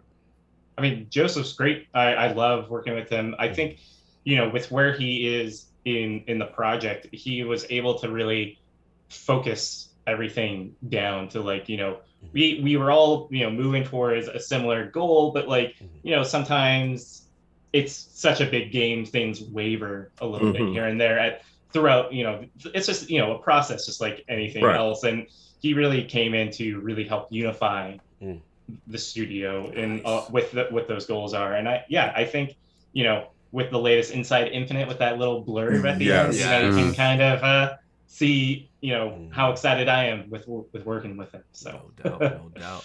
Attic, I'm gonna open it up to you guys, Solving Kings. I do have a couple more, but I don't want to be greedy. I got a bunch from Attic, and that we got a couple of member questions too. But Attic, anybody else got anything before I move on? Yeah, I had a quick question. What's your go-to weapon in Halo Infinite? Nice one. What's that go-to weapon You just stole my joint. that when stuff goes wrong, you like, I gotta go get it. Like, I think right now it's the Commando rifle, actually. Oh, okay. Yeah, I think people are gonna have fun with that weapon once they get in their hands. No doubt. Quick question from the realm in reference to multiplayer testing. Can we possibly expect some type of testing prior? I mean, it's later this summer. Like, we already announced it. Yeah. It's just like make sure you signed up for Halo Insiders, right? Nice. Like, you know, that Halo Waypoint, like it's coming. I know. We want to say when, but we're getting it all ready for y'all. We appreciate that. Yeah, I take all the time you need, man. Yes. We want this thing. Take all the time you need. Another question from the chat. They want to know how are you guys working towards handling cheating, especially now with free to play, that many more people coming in. Good point. Crossplay. For a lot of reasons, I can't talk about specifics, but like exactly. Obviously there is things being done. It's pointless telling us how they're going to cheat. Can you tell us the specifics? Can you tell us how the cheating? Let's tell the chat that there's probably some cheaters in there. Can you tell us the specific anti-cheat systems you use? Why are you guys so concerned about how to cheat? Just don't cheat. That's all. No, obviously though, those types of things are at the top of mind. So I know sliders are big. Obviously, the PC community is getting involved. You know, kind of first. You know, Halo launching simultaneously. So I got to shout out to my master race. You know, usually, you know, those guys tend to get a lot of the premium features, the FOV sliders and all that stuff. Is it also possible console? We're looking for parity as far as feature set? I don't know if it's parity, but I know that you'll see a lot of things on both platforms. You will get different things on Xbox as well. Hopefully FOV, sir. Hopefully we love FOV on console. We really we're really fans. I think that was a huge game changer when it came to certain things. No doubt. Any other fan question before I move on? Addict Soft King? No. I'm scrolling through here. Yeah, no. Make sure we appease the realm real quick because the Lord has time is limited, but we got to try to get as much as we could in. Nothing that I see. Okay. No, look, you know, so at the end of the day, like I said, it looks phenomenal. You know, you guys are really transforming the space. Everybody's excited. We're pumped. You know, I even saw the Waypoint, the companion app. Really a lot of functionality there, so that I remember taking that thing on the go and being like an extension of the game. I can customize and do all this stuff now, you know, while I'm doing remote. So you guys working with those teams as well in conjunction with the multiplayer as well, the Waypoint? Yeah, definitely. Like, you know, we have our live Waypoint team that's working on all the services and making sure everything's hooked up together. So something we're all paying attention to. Awesome. Now, final question I have, and it might be slightly personal, but I have to ask it. I thought it was awesome. It's kind of cool to mention, but I personally think two devs who are engaged to each other working on two of arguably the greatest FPS franchises of all time. My Halo and my Destiny is an amazing story. I just think that personally. So how cool is it to have that kind of relationship? Shout out to Lady Rachel in the realm. Salute, respectfully. You know what I'm saying? Like, how cool is that? And then number two is like the rivalry. Yeah, like I just want to respond. I want you to speak for yourself in response to her hilarious tweets about you. And she said. She says more recently her team via Bungie. Oh, I think I know which one this is. has heard screaming in the background in her team meetings. He said Lord Patrick has been playtesting Halo Infinite multiplayer with the multiplayer team, and he might be a bit excited. Then she said, also, the irony is not lost to me that she works for a studio that created Halo, while her fiance works at the studio that is currently making Halo. And also, she never played Halo for herself. So I gotta let you speak on these things, sir. Yeah, I might be known as a person in the studio and here that I get very excited, and I express that excitement very well as we're playing the game. And then, you know, with this work from home situation, you know, that might bleed over. That might bleed over. Yeah. And what about her not playing Halo? What's this? We got to work on this. Yes. So there's a caveat to that. She has played Halo. She just hasn't finished a Halo game. Oh, okay. That's more of what she meant. She has played a Halo game. She just hasn't finished a Halo game. No doubt. Tremendous, man. I love to see it. Shout out to her. Shout out to Bart. They're doing a phenomenal job. You know, I love where the narrative's going this season. So, but I thought the tweet was hilarious, bro. I had to. It's great. I appreciate you indulging that, and I gotta ask before you head out because I know time's limited. We gotta ask. We ask every person in the round. Yes. I need Lord Patrick's top 5 video games or franchises of all time. No pressure. All time. Okay.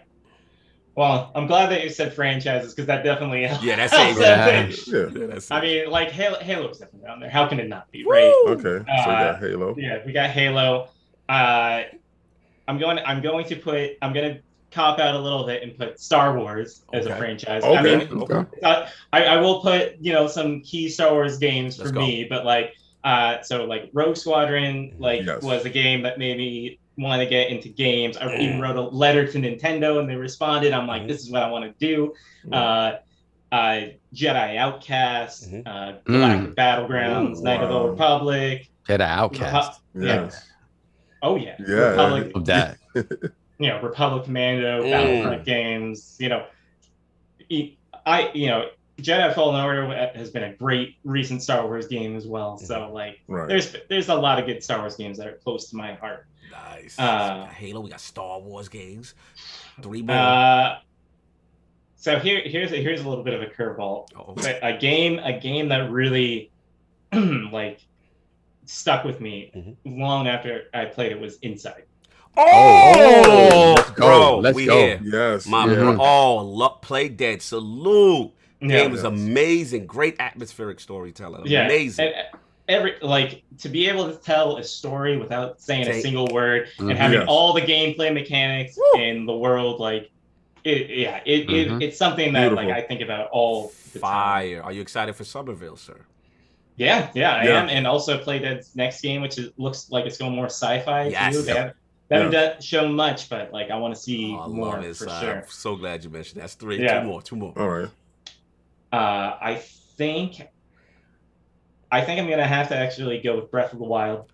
Ooh, Bob, let's go. Oh, you're welcome back every week. These are all my games. This is my guy right here. Let's go. Breath of the Wild. Woo. Yeah, Breath. Like I played other Zelda games and have beaten them. Like, but it for whatever reason, like older Zelda games, like took me a long time to beat. Like I would kind of leave and come back to it. But Breath of the Wild, I basically like played through the whole time. Like I couldn't stop. Any amiibo love? Yeah, I use amiibos. Yeah. Okay. He said I used them. Listen, I don't know. Listen, we will not judge if you use the premium wolf. talk. I did that but- day one. Don't worry. But I'm playing again with Master Mode and the DLC because I hadn't played any of that, so that's been fun to play it through a different way. Nice. One more. And one Number more. one. Let's see. Where do I want to go with this? One more. Important to you. Important. Title of franchise. Impacted you. In terms of impacted me for a couple different reasons and outside of like game industry stuff, because this is going to be, you're going to be like, what? Let's go. Let's go with the Kingdom Hearts franchise, baby. Addict, do you approve? Addict, do you approve? It's happy as hell. I definitely approve.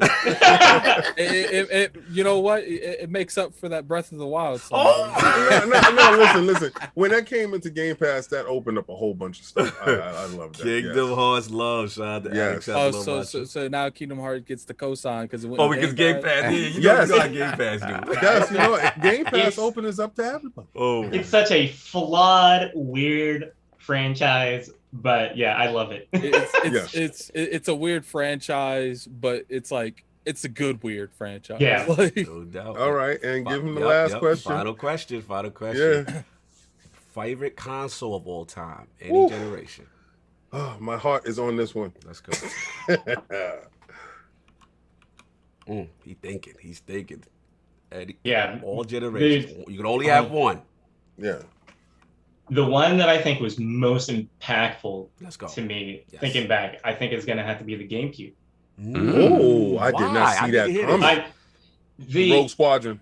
There's Rogue Squadron. Like that launch was Super Smash Brothers Melee, Rogue Squadron, Luigi's Mansion. Like they're like, and then later, like you got Resident Evil 4 and like you know the remake Eternal Darkness, the remake of Metal Gear, and everything. Like there's like, I think there are better consoles, but like GameCube has a special place in my heart for where it was in my gaming history. You know what I can honestly always give GameCube is like it just had like games that put it on the map. Like that's when Resident Evil 4 was exclusive for a little bit. Yeah. That really gave it a lot. Like Wind Waker put that game on a completely different level. Yeah.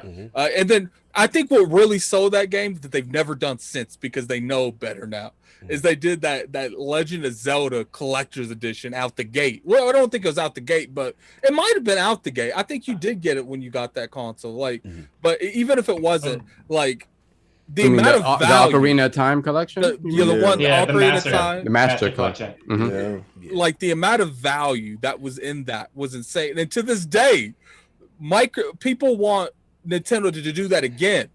But like, because I think like this year's like the 30th or 35th anniversary, and people's like, oh, we're gonna get an anniversary. It's like they're never doing that again. I think this is the first GameCube we had as best console. Yeah, this is the first. This is the first one. Yeah. I also had the best, in my opinion, the best Mario Kart of all time. What color did you get? What color console did you get?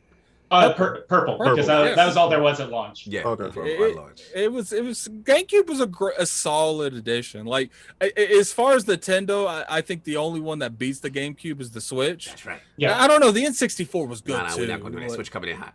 We got something to say about that, but salute, man, yo, again. Salute, Lord Patrick Wren, multiplayer system designer 343 in the building. Salute to the entire team, brother. Salute to yourself. We love what we've seen. Y'all doing the Lord's work with this multiplayer right now. You got everybody excited. You guys, in my opinion, are y'all delivered. Yeah, y'all were the shot in the arm. And again, salute to the whole team because the campaign team came through. They came through. I love the new thing with Weapon and Cortana. So salute to them for coming through too. And then also I want to salute again the companion app team, all the teams. You guys, we know you're getting close to the finish line, holiday and all that good stuff. But let the fine people know where they can find you, what else you got going on, Lord Patrick Wren of 343. and then you can throw that release date in the chat. Yeah, if you want to just break the release date, you go right on. Don't listen to him. Don't listen to him. No, we just joke. We just joke. Lord Patrick, where can they find you, brother? Yeah, you can find me at Twitter on at WitDarkstar. Also, like basically that's my handle on any gaming social platform. Nice. Yeah, I'm working on Halo. I work on small like indie horror games on the side. So I was going to get into That's all. Didn't you say you had to like cease and desist someone over that? Yeah, that was a weird thing to do recently. I never thought I would have to do that. Yeah, and so we're gonna be making another small one coming up soon. Sir. Plug that game. Tell them about that game you made. Oh yeah, it's called Do Copy. It's we did it for a game jam called the Asylum Jam. It was our like third or fourth Asylum Jam, and like for some reason this one just like exploded. Like it was wild. I've never like even though like it's not Halo numbers, right? Like Halo's like a whole other thing, but there is a very big difference when it's like, oh, this is just my like small thing I made that like explodes compared like the feeling of this Halo E3 was like amazing. Right. And then like having like this small thing that you kind of like poured a lot of like passion into that's like TLC. Different. It's just like, whoa, look, like people like this. At the end of the day, Patrick, like obviously there's not a lot of games on the Caliber's 343, but you know what else wasn't on the Caliber 343? Among Us, and you see the damage it did. Like that is true. I love Among Us. Salute, man. So again, salute to what you're doing. Tremendous. We would love to have you back in the realm again. But let's get Lord Ag, man. Talk to Lord Patrick, man, before he heads out, man. Yeah, I definitely appreciate you coming on, man. Believe it or not, chat, we've actually been working with this individual for a couple of months now to get him on. But I knew how this chat was, man. We get anyone from 343, they ain't gonna even care what we're talking about. They're gonna, what about Halo? What about Halo? So he's like, let's wait till something comes out so this man doesn't get barbared with he questions. Can have something to talk about. Something to talk about. Exactly. Every question would have been like, can't talk about that. Can't talk about that. It would not have been a fun interview. Exactly. No doubt. Lord Soft, say your salutations to Lord Patrick. No, Lord Patrick, I'm just so happy for you guys on that team after this reveal, because I know you guys must have been nervous. Just obviously the reactions to last year's stuff, even though that wasn't your team, but you're always nervous because I know you know what you have, but you just never know how people are gonna react. So I'm so happy that everybody is so on board, and people that haven't been on the Halo sort of bandwagon, people that play other, big multiplayer games are excited for Halo as well. I can't wait for it to come out. And Halo, like we've talked on this podcast about, how do you bring Halo back and make it what it once was? And I think you guys are on that track. I think Halo is going to hit big in a way that we haven't seen in a long time, and I'm just so happy for you guys. Yeah, I think Halo about to do that 1-2 punch this summer, man. I told you about that 1-2 punch. I told you about that. What's funny is you can ask, like, we're very honest, and we was definitely like, man, I hope they can do it, but after we saw that trailer, it was like, man, 343 came with it, man. And then not only did they come with it, they got that spirit bomb, man, and they about to shove it. They about to hit them with it. We're affectionately calling out a comeback kids if you guys can pull this off and get it to the finish line. But I want to get Lord King to get his salutations off. You know what I'm saying? He's been on the front lines. So Lord King, let's go. I've been capping for you guys, even after Craig. I was blindsided with that Craig case. I woke up in the morning because I went to bed elated. I didn't care what anybody said. I woke up in the morning with that crap, and I was truly upset. Like I was working at 343. But to see the complete 180 from the community that were like, it's amazing, from the single players showing. And the multiplayer just hit so hard and hit all the bullet points. And for you guys to come back the next day to give a deeper dive into what y'all were doing and what was going on. That was great. I thought that was the perfect blend. You gave them a snippet, and then you came right back in while the water was hot and hit right back at it and gave them a little bit more to what's going on. And I'm hearing all the stuff melding together, and you guys listening to the community and bringing us to. I am so happy for you guys. I can't wait for that beta to go out in the summertime. you guys to actually get a feel of what's going on and who's doing what and what actually works and stuff like that. And then, you know, the stress test is, of course, because we know what's going on with the servers. We'll be talking about that later. Shout out to Azure. Yes, but to launch in this holiday season, I know you can't wait. And I'm just so happy for you guys, and I so appreciate your time coming on. And thanks for throwing those curveballs. And GameCube was definitely you right First back. GameCube reference, brother. Good, brother. All right. And again, last thing, again, super proud of you. You know, I got really excited when I saw you on the second reveal of the in-depth showcase. I was like, oh, that's my video thing. You know what I'm saying? It was What's so funny cool. is I was half asleep because I woke up that morning because like I made video to like 2 a.m, then went to work, and then I get up at like 11 or 12, and the video's been live for forever, and I overslept. So I'm sitting there, I'm watching it on my computer, and then Patrick just shows up. I pause it and take a picture of it and send it to him. He's like, who this? Who this? Salute, man. So good to see you up there with the entire team. Everybody's excited. You know, the legend stat, all y'all up there talking that Halo talk. Beautiful. Salute, brother. Enjoy your day. Thank you for your time. The legendary Patrick Wren, 343 Studios, multiplayer system designer. Get ready, y'all. This fall is looking good, man. We're pulling for you guys to hit the finish line. Salute. Yeah.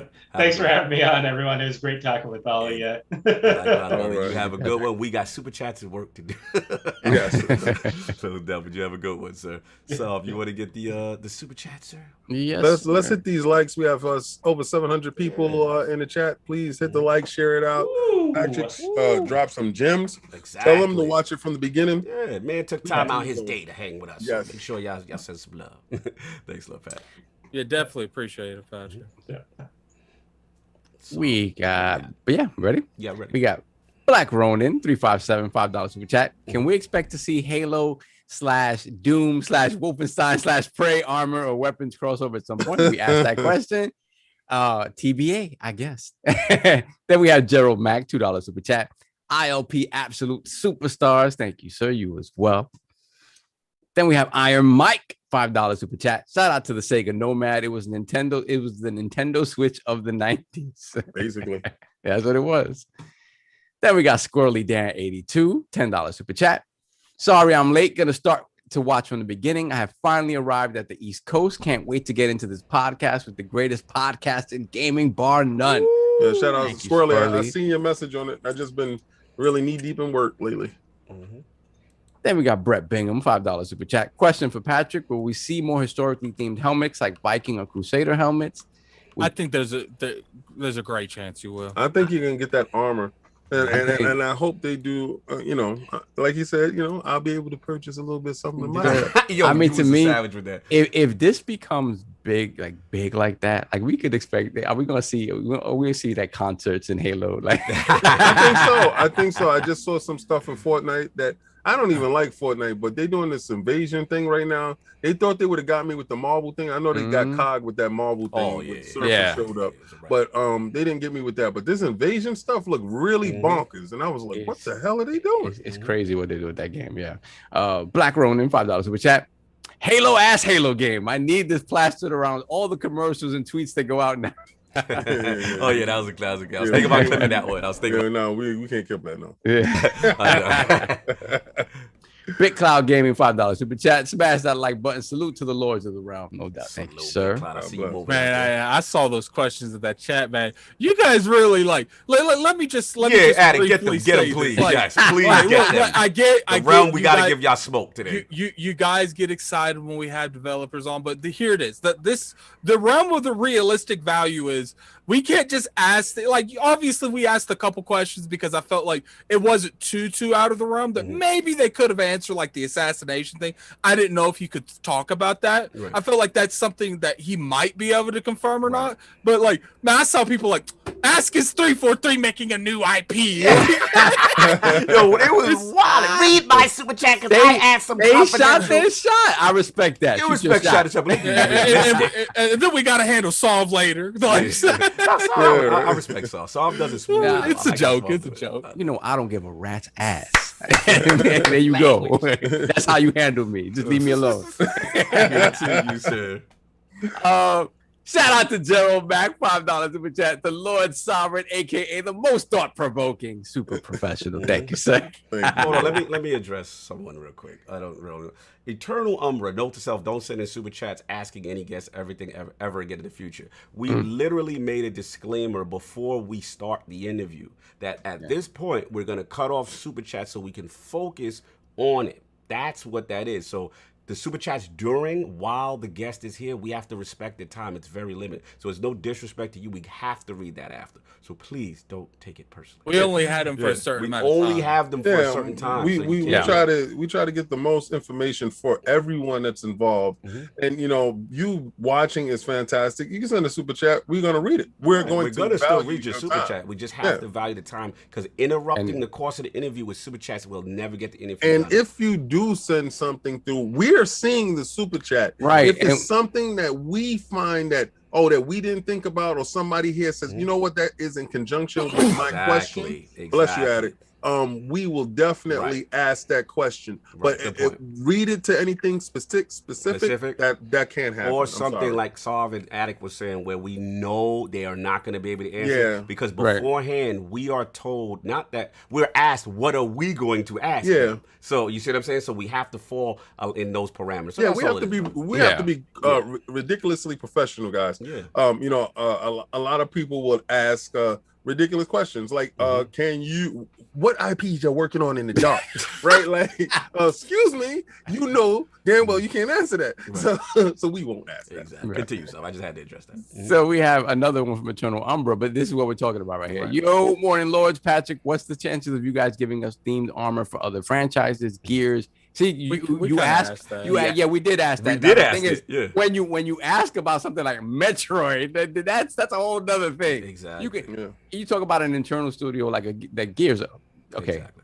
But he did. Might happen. Maybe you might have Doom stuff working on. You never know. Look, kid, you shot your shot with them skids. I give you credit. You went in.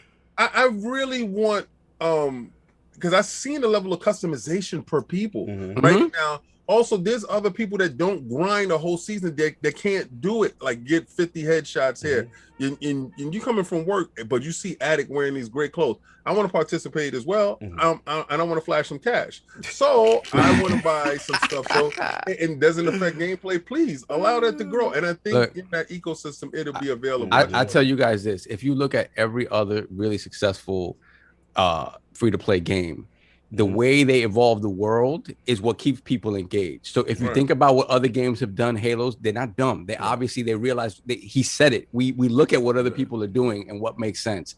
So taking that, that they're gonna do things to keep you engaged in that world and to keep it fresh. That. So that could be any number of different things. So regardless of what you want out of it, I think there's reason to be excited because you're always gonna get something different. I think from no doubt. Continue. Then we got B-Lou. No, we have Lunar Adrian, $2 super chat, and we did ask about how the cheating will be handled. So thank you, sir. Yes. Then we got B-Lou, $5 super chat. Well, fighting games, aka Street Fighter, Soul Calibur, etc. You can definitely buy every season pass. Also, War Nomachenko. And y'all, the best gaming podcast out. Keep killing it. Thank you so much. Salute. Thank you, brother. Then we got Lord Brap with the $5 super chat. Salute to the panel. Great guest lords. Halo, let's go. Cog, everyone has a price. I know what he's talking about. What did he say about Lomachenko? War Nomachenko. Oh, okay. Yeah, everybody, I know what he's talking about. I know what Brad's talking about. I continue. No, Brap's talking about something else. This is B-Lou. Then we got Brap again, $25 super chat. Thank you, my brother. Hit that like button, everyone. Thank you so much. Then let's put the crest in the chat for Titan 2793 in the realm. Lord Browns, put the crest in the chat. Put the crest in the chat. Welcome, your brother. Yes, sir. Then we got Natra Brown, $10 super chat. Great show as always, gentlemen. Great listen while trucking down the road. No doubt. And we got Clutch Man, $5 super chat. I can smell it now. The familiar stench of clickbait titles from dying YouTube channels. How sweet it is. Wow. There's some smoke there. Okay, let me roll back a little. We got Raiden Blade, 50-pound super chat. Thank you so much, my brother. Hey, just got on. Have you guys spoken about Kim Swift and Kojima? I can't remember which one of the Lords said this. Sav, Cog, King, Kojima needs someone to keep him in check, like the old saying behind every successful man said it stands a strong woman. I think we've all said that. We've all at said some to point. extent. Slow-mo really hasn't said it a lot of times. So salute. Yeah. Then we got Lamar Ham Solo 05 Colts. Ham Solo. Ham Solo. It's like it's the same cadence as saying Roscoe P. Coltrane. $8 super chat. How you gaming? 60% Xbox, 25% on PC, 10% on PS5, 5% on Switch. Everybody, I guess people put your percentages in the chat. I don't even know how to break that down. I can tell you how much I game on my PlayStation 5. 0%. God bless. Yeah. Sitting there catching dust. You asked for that one. You asked for that one. Shot you. Then we got Drawn TJ, $10 super chat. Hi, Lords. You think in the Halo Infinite campaign there will be a crossover between Destiny comes to Halo as a mission, and same thing for Doom Guy. He has a hell portal. Anything is possible. Like I said, if I tell you this, I guess if Halo multiplayer gets super popular, you never know. You never know. Never say never. Unless they get purchased, you can see Doom first. Doom, obviously. You gotta stay inside too. Yeah, but unless we don't know that Bungie's in pocket for real pocket. Yeah, I mean, I didn't think they'd buy Bethesda. I wanted to ask the question to him, like, because he had the multiplayer with her and she has her multiplayer. Do they have internal fights about who's the best? That'd be kind of funny. Because right now he pop it off. Established, right? But his is getting ready, and the excitement. That must be a crazy nice household. He gave the impression that he smokes in Halo. Like he's in there. Like I know he did. That's why I was asking. Does he have like a favorite board? And you guys roasted me because I said board. The hell with you, Map King. It's a map. It's a damn board that I'm going to. All right, so. But when we used to get to hang him high, I know what I did to Mr. High. So, I let him pick his own poison, and he went there and got smoked. So I know what I'm talking about. Yeah, man. We got one more. We got B-Lou, $2 super chat. Slight correction. No Maschenko. No Mas. Oh, wow. Yeah, I know. Yeah. The Duran reference. The Duran reference. If he's fighting bums. So we all caught up there, sir? Yes, sir. We are caught up. Thank you, chat. We really appreciate it. Thank y'all for respecting the situation. And anybody that listened to the combat talk earlier, it's in there. Yes, respect. You already know. So let's get to the poll. Get these joints off, the final topics off. Last week's poll results are in, and the people have spoken to the question: if your favorite gaming franchise on your preferred platform then becomes permanently exclusive on another platform, which action do you take? The winner at 64% of the vote, where gamers go where their games are. If your favorite game is you'll play it on the platform it resides group, coming in at second place at 24% of the vote was the Messy Lords. Keep acting like y'all don't care. It's all fun and games until it's your favorite game that becomes exclusive. Thanks. And in last place with only 10% of the vote was I'm not picking up a completely different platform just to play my favorite game. Exclusives. That's the broke gamer. That's the TCL guy. Lord King, clearly you have something to say about this. How do you feel about this, sir? I don't care if they brought Bethesda. I'm going to game here and starve myself. And you will die. You will die. You'll die a horrible death. Let him die. As I will partake. Listen, let me tell you something. I don't care who buys what. All fair, love, and war. I really don't care. Same energy on this side, same energy on that side. I have a PlayStation upstairs, and whenever I choose to engage with it, if they have something compelling for me, then I'm going to engage with it. But at no point in time, at me being a gamer, to lock myself off because I have brand loyalty. Hell with you. You're crazy.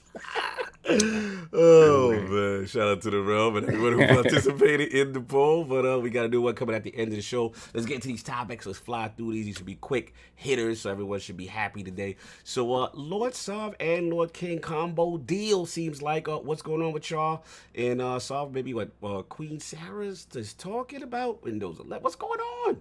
The Queen's talking. King, kick it off. Okay. So everybody knows that Windows 11 is hitting right now, and what I notice is Microsoft has taken a different stance on Xbox itself. Being that it looks like Windows 11 is adopting a more Xbox central everything. It's looking like Xbox. It's integrating, looking like the dashboard, looking like Microsoft is really taking Xbox Game Pass and all these other services more integratedly into it, and I think that's their flagship now. I don't know, and I'm not going to get into what's the technical problems that's going on right now. We all know when you launch a update, user interface update, a whole software update to your system, there's going to be problems. I'm not talking about that. What I'm talking about, the changing now of Microsoft's philosophy that Xbox seems to be the brand opposed to Microsoft. Windows is the brand. Okay, I see where you're going. Yeah. I see. Let's get started off with you, Saul. I think King hits it right on that. When you look at this granular level of integration with Xbox into Windows 11, which is Windows 11 is the most ubiquitous piece of software, right? It's everywhere. I love when Saul says ubiquitous. I know, right? It's fire. Continue. It is the fact that Xbox is such at the forefront of their messaging for that. It just goes to show you the level. Like, if you didn't believe the level of integration and how Xbox has elevated itself within Microsoft, this is the key. If you seeing this is letting you know where Xbox stands in the scheme of things. Valid. We talked about 2017 and the conversation, the famous conversation with Phil and Satya, and how that saved Xbox, and how he convinced Satya that Xbox was core and integral to what to what Microsoft was doing in the future. And he needed to do that in order to keep Xbox alive. Yep. And to see this at this level is so heartening. And to know, a lot of people have had issues with how Windows does everything in the gaming space in the past. Windows 10, in terms of having this weird store that doesn't work well, it's slow, it's laggy, it doesn't compare. I think this is showing you that they're trying to build something that is finally going to kind of try to test the might of Steam in the long term. And again, and attaching it at such a ground level to Windows 11 and giving Windows 11 like they do with Windows 10 out as a free upgrade. It is Windows has, and if we talked about Game Pass being the Trojan horse that brings the Xbox ecosystem into people's homes, then Windows 11 is the Trojan horse that's going to bring it's going to bring all of Xbox into. When they talk about billions and who they want to reach in gaming, this is showing you what their real plan is, right? Because at the end of the day, when you speak of Xbox on its own as just a gaming thing, that still sort of eliminates certain people from even engaging with it, because it's just people just don't engage with it if it's just an Xbox thing. Even if it is an app somewhere, they just won't. Integrated at a ground level on the thing that they use every single day and they can't escape it. Yes. Let me ask you this, Saul, because you're making some fantastic points. And in the past, can we say, like, I think we could admit that, like, we felt like Xbox was the side project that it was the hernia. It was the hernia on the side of Microsoft. In the early like in the early days, let's just be honest, right? It was one of those things that we felt like, okay, we're gonna throw our hat, being Microsoft, right? We'll throw our hat in the ring, right? Because this looks like a lucrative thing that we could get involved with. But really, Windows was the Surface. Surface. That's the main thing, and we'll see what happens there. And then slowly over the years, 360 and all that stuff, and it does start to get traction, starts to be profitable, whatever. And like, to your point, Saul, because you make a fantastic point. Like, do you think now? And I gotta hit King with his dominance talk. You know what I'm saying? Because Phil has elevated Xbox to his position. He's presented as Phil Dominus Maximus. a really expensive. Sorry, Thank kid. you. Sorry, Thank you. kid. I'm just because I didn't know who you was talking about. I didn't know if you was talking about Phil the janitor. I didn't know who you was talking Phil about. the janitor. I'm just trying to figure out like that we was talking about Phil Dominus Maximus Aurelius Spencer. Yes, correct. Yes, correct, sir. Okay. correct. I correct. apologize. So, Yeah, sorry. you know, once he's got it to the table and Satya, and now, do you think, to your point, like you said, something like this was? I know Game Pass was one of the plays, right? Because you got to sell it to the brass. Okay, Xbox is profitable because of this, right? And we can make money with this.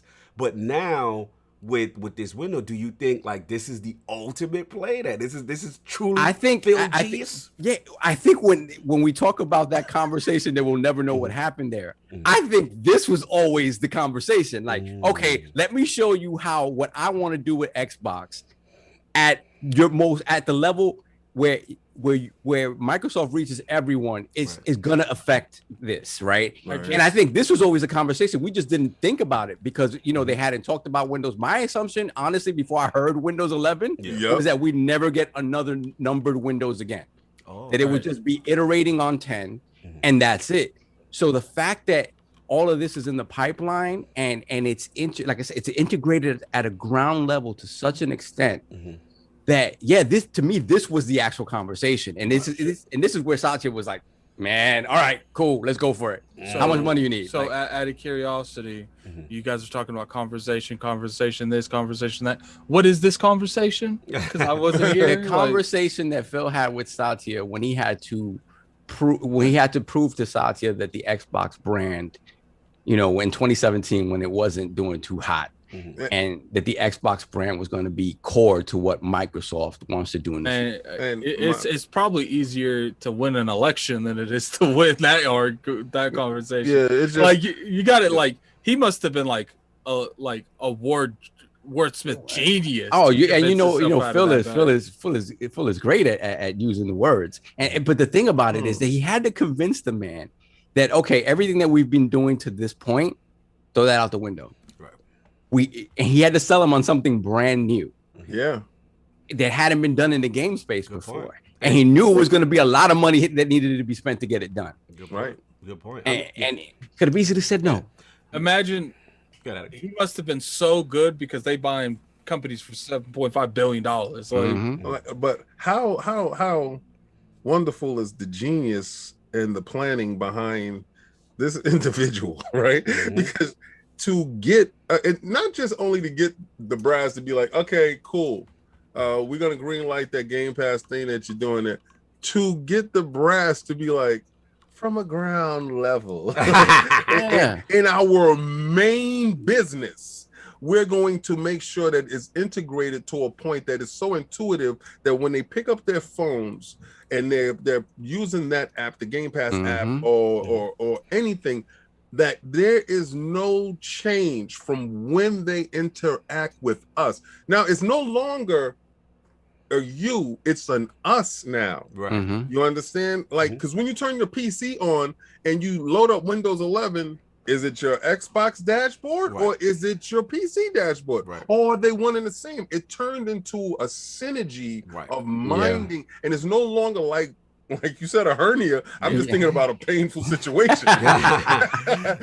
But it's no longer a hernia on the side. It's actually mind, body, and soul. Heartbeat is one. They're moving as one unit to get to those billions. And is this the strategy into that billion? Maybe not hernia, maybe appendix. The appendix, you have it there, but you don't need it. I just want to jump in too, because also, I was thinking about, like, shout out to One Bad Belly to Chat. He actually says what I'm about to say, which is, remember, part of these steps to get here, right? So, the Xbox community had to go to quote unquote, I would consider fanboy growing pains, right? So it was like, remember, games are coming first party, going to be on PC, Game Pass, and then we got Game Pass PC and all this other stuff. So PC was brought into the mix, and I remember there was resistance in the beginning. Remember? People were like, yo, you know what I'm saying? I don't feel whatever. And it's interesting to see what this long-term vision then comes out to, because now you're having these cool features, you're having the PC community now integrated in it. You're seeing, you know, Windows 11 PC integration and auto HDR come. All these features on the console side, you know, whether it be the API stuff, the direct storage stuff, you know, now going to be able to maximize their SSD drives to what, you know, Series X and get those able to do. Exactly. So it's like that's actually helping PC gaming and performance in the synergy. And I want to shout out Slow Mo. He's that shout out to Brav. He's in there, PC Master Race. You know what I'm saying? Because now the PC community is also benefiting, and then we already established that synergy. You see what I'm saying? Between the ecosystem, so it's not going to be as much as a blow as to other companies. Like, for example, like, you know, Sony, you can see they're trying to get PC releases. Not saying they're trying to have that same level of synergy, but I feel like what the Xbox brand did well and what Phil did well was definitely brace the base to say, look, this is happening, and now it feels like synergetic. You got it's natural. Like it's natural. You accept it, and it's you know, because they did it right. They were forward facing about it. They didn't try to transparency. They were super transparent about it. And another thing, when you speak about synergy, is the fact that they realized that and they've been kind of quote unquote, you know, maybe shortchanging on the PC side on Game Pass, and they're working towards getting parity there, where you're gonna have a lot more releases that are super PC centric for that base to get people to move. Because again, one of the things that's difficult on the PC side is that Steam is king. Yes. Steam is king, and you're gonna have those that just don't. You know, obviously we talked about how all the fur around the Epic Game Store has sort of died down, and it's just another sort of freaking launcher.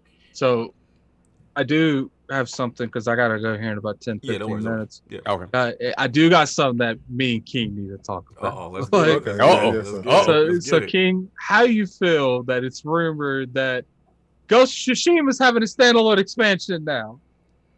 A standalone expansion? Yeah, actually Diller kind of leaked it. You guys didn't see that? No. Yeah, so apparently tell me more. It's supposed to be on like the kind of like level that like Miles is, and the level that like Lost Legacy was. So so now it looks like so Ghost is doing it on top of the other studios doing it. Like, part of me feels like this is kind of Lost Legacy. I felt like opened up that avenue with them where they're like, it's kind of weird to have so many expansions for, like, not necessarily like expansions, like standalone expansions for all of their games now. Like, but I think, you know what, Addict, because hold on, let me just finish real quick. Like, it could have started before this. To my knowledge, it started with The Last of Us, where they did that little Last of Us expansion, and then it looks like they did with Uncharted, the Uncharted franchise. Then they did it with, because people in the chat can be mad all they want. They did it with Spider-Man with Miles Morales, and now it's looking like they're doing it with Ghost of Tsushima. So it's kind of interesting, the direction that like they're making like a little standalone expansion for all of their games. Oh, this is what my daughter does when she makes a dress, right? She makes the main dress, and you know, the main dress is beautiful, but all the little pieces that she had cut off of the main to make the main dress is still on the floor. And she did pay for this material, so she's not just going to gather up that material and throw it in the garbage. No, it's still valuable material. So she's going to craft a little dog suit for my dog out of stuff, and she's going to use all the scraps that she can, because she's going to get the most out of $1. Sony is just like my daughter, and they're being very prudent with their dollar. What they're doing is they already built this engine, they already built this world, they already built everything, and then they probably go and refine it and retool it, and let's do a little small something. Let's put a little studio on this and do a little small something with what these scraps that we have left over from this main game that we already gouged them with, and let's make this out to be something else. And I don't see nothing wrong with it.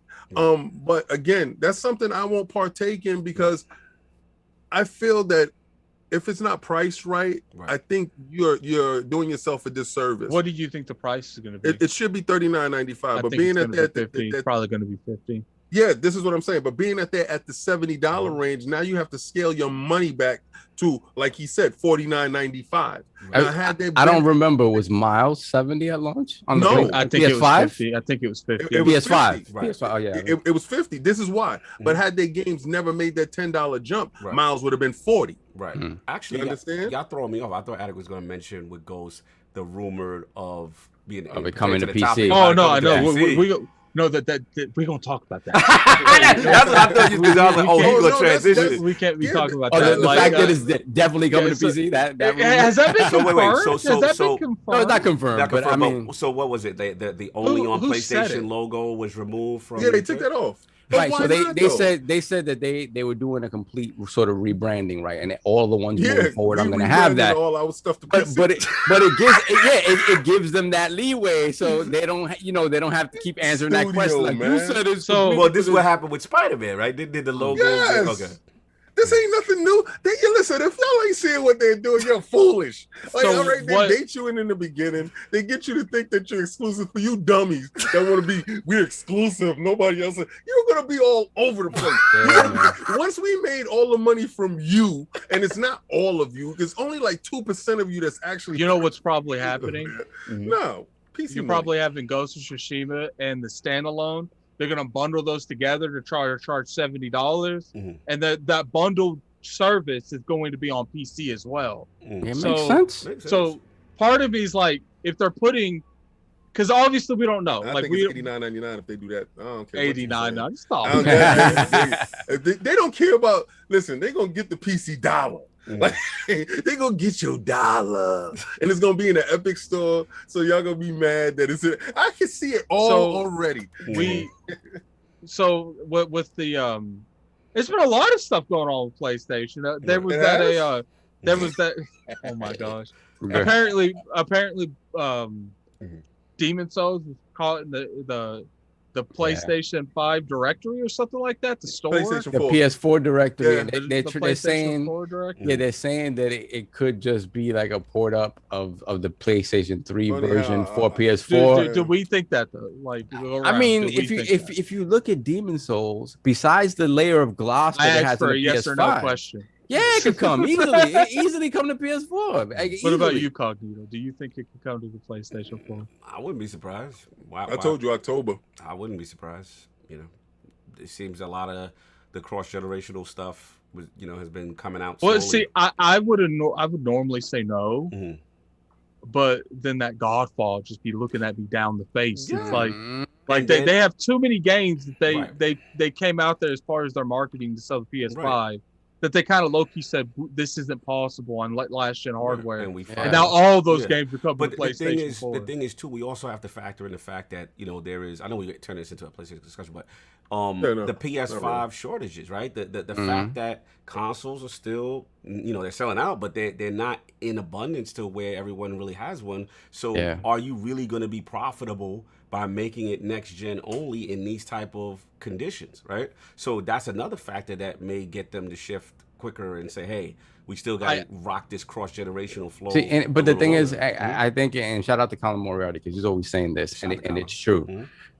When you look at the amount of PlayStation, it's like the paradigm is shifted because the truth of the matter is that there are more PlayStation 5s out in the wild now than at the same time this time in the PS4 generation. Right. Like, so there are more consoles out there. So you can't make the argument doesn't hold water necessarily if you do it, if you compare it 1-to-1. Right.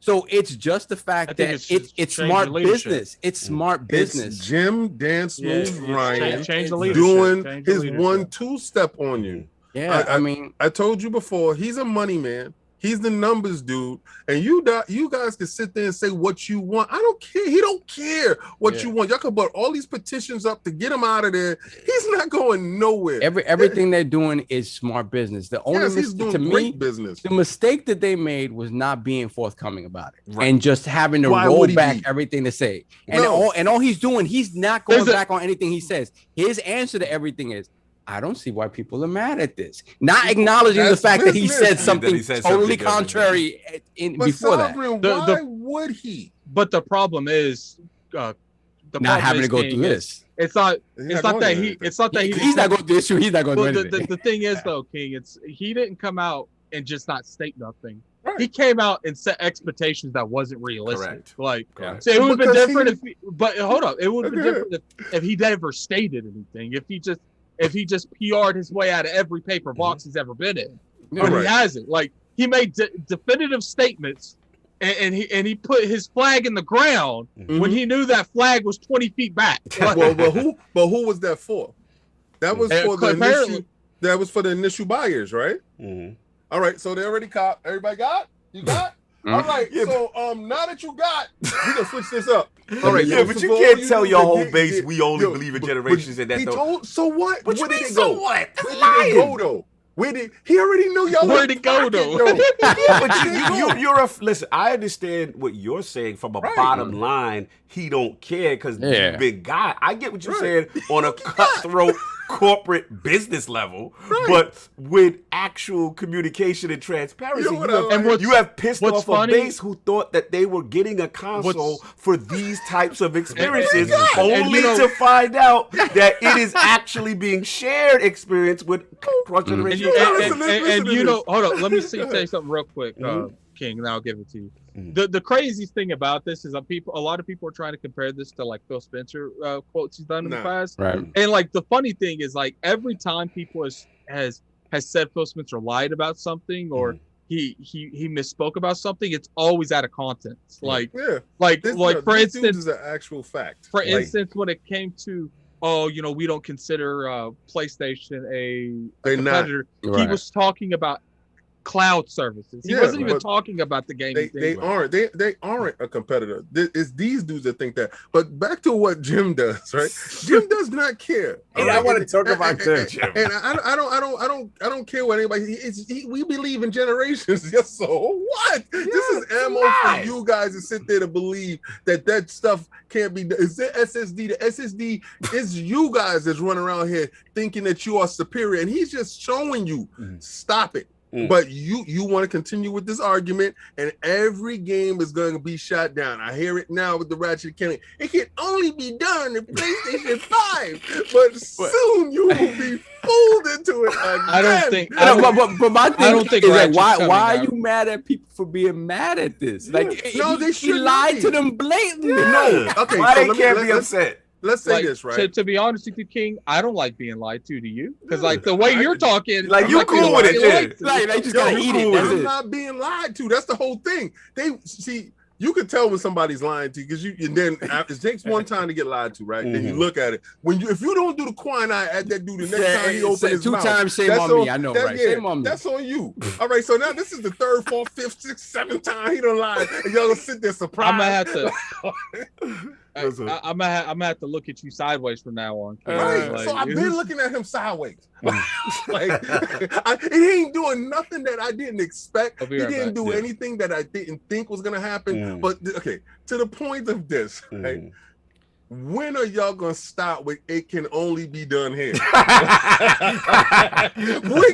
when are we gonna stop this? When are we gonna stop running with that narrative, the power of this, and then it's being shown on the old console? Right, You're right. already in pocket, so Right. stop. We got you, and look at everything that you see, everything that's on that console right now. When you say it can only be done here, for you, because you got it. If you don't got a PlayStation 4, you damn right it can only be done here. But if for that PlayStation 4 dude, he goes, it can be done over here too. You know what's crazy? But it does speak to how Game Pass has changed the conversation so much. Where in the past you could get away with those fibs, right, Mhm. for a lot longer, and at the end of the day, your base probably won't care. Right. Now, like it caught up to them almost immediately, right? A lot of times before the games came out, they had to come out and say this is coming out for the previous console as well. Like, so it just, to me, it's just heartache. That, like you said, I don't think Jim Ryan cares about whatever heartache, right? He don't even play games, so he let don't really know. somebody else deal with the backlash, you know, of the community or whatever the case may be. But it just doesn't. My message to anybody who still holds out hope, and shout out to K Mega and the crew over at GRG. We were talking about this on Friday. I was on the podcast on Friday, and the reality is they're doing everything that Microsoft is doing. It's just that they're late to the party. They're very late to the party. They did not read the tea leaves correctly, right? And at the end of the day, certain things that they should be sort of ahead of the curve on, or at least on the curve, they're behind the curve, right? Then you couple that with the fact that they just don't have Microsoft money to do what Microsoft is doing to the extent that Microsoft is doing, and it's going to be very difficult for them to catch up to Microsoft in that respect. I want to jump in one point, because there is a part of what King is saying that I do agree with, which is, you know, fan bases. I think they are cognizant that their fan base is very prideful with exclusives. Their fan base is very prideful with their tech, and like King was saying, as far as it can only be done. You know, the SSD talk, we heard that, you know, ad nauseum and stuff like that, right? So I do think there is a healthy fear of upsetting this loyal base who wants to be treated special, who wants to feel like, yo, I made this decision in the ecosystem, and this is why I'm here. And I think that's why you get a lot of the hesitance in the mixed messaging. And just to contrast it, back on point when we were talking about Windows 11 and Xbox stuff, like Xbox and Microsoft got lambasted, you know, for saying Halo Infinite. I mean, was a cross-generational time. Remember those days, right? You know, it was a narrative that they didn't have to put out there. Right. You know what I'm saying? And this is something they could have kept internally. They didn't have to say this can be played on a base Xbox One or whatever, right? And then the talk starts to happen. It starts to snowball. Oh, it's like a FOMO, a fear of missing out on quote unquote graphical performance that I'm supposed to be missing. But then you see these games, and even to the PlayStation base, right? They start to see Ratchet & Clank, which looked phenomenal and all that, which is, you know, I mean, and you start to see, Horizon Forbidden West, that looks phenomenal, right? And if you didn't tell anybody it's a cross-generational game, you still fine, right? Right. So it's just one of those things where I think, again, with transparency and the vision of Microsoft, this kind of saved them in the long. They took in the long term. Yeah, they did. Got because let's be real, the Xbox fan base was not feeling a lot of this stuff. They wasn't feeling PC games. But is this shattering the narrative and the fear of the older consoles holding back these consoles now? I think for a lot of people it doesn't. You said no, but I'm just saying. You said you saw for Horizon Forbidden West, and you saw how graphically it looked. It looked really nice. Yeah, it looked really nice. But knowing this, I know where you're going. Knowing that it's a cross-gen title, and you saw the PlayStation 5 version, and we know that it's not going to be too far off on that PlayStation 4 Pro and the PlayStation base. Right. Is that shattering what that misconception is that video games aren't on a slider, right? And it's going to be held back. Look, with all the consoles. All I'm going to say is this: I think there is design FOMO in the community, right? Game design FOMO, right? So you look at the game, right, and you just put a screenshot of Horizon Forbidden West, right? You go, oh my God, that looks amazing, right? If you tell someone before this can only be done on this hardware, right? Then it's this self-value. You see?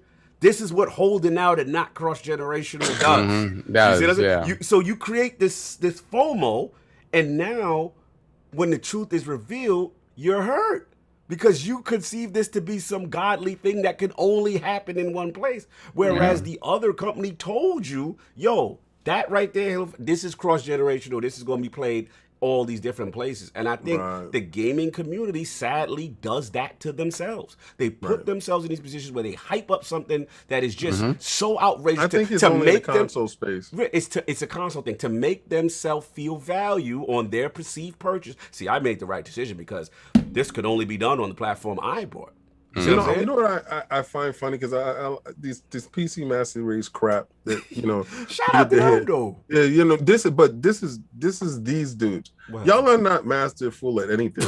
Oh God, now the Master Race gotta catch it. You know why they're gonna catch these hands? You're gonna catch these hands because half of y'all playing on 1080s, right? So if you're playing on the 1080 and there's a 3080 out there, 1060s, whatever. Oh, you're talking about the overall numbers of what actually the people overall are playing. Number. Half of you guys are playing on mediocre consoles, right? Mediocre PCs, right? You guys are the equivalent of a base Xbox, right? So if I have a 3080, I'm actually Master Race, right? So how much Master Race are Race is you all really out, though. doing? Okay, so you're saying right? based on the numbers in the wild, Based dudes on the is numbers, frauding no, like I mean, it's everybody got you know what the it high is? end. They think if they game on a PC, they're elitists. Mhm. We elitists. Why don't you show your specs inside your box, and then let's see how really elite you are. Listen, I feel you. To your point, Right. It's a small percentage. It's for all of us. But Yeah, all I will say, I know I'm talking over you, but No, all not I will at all. say is that I like my PC Master Race brothers only because, at least in the Xbox ecosystem,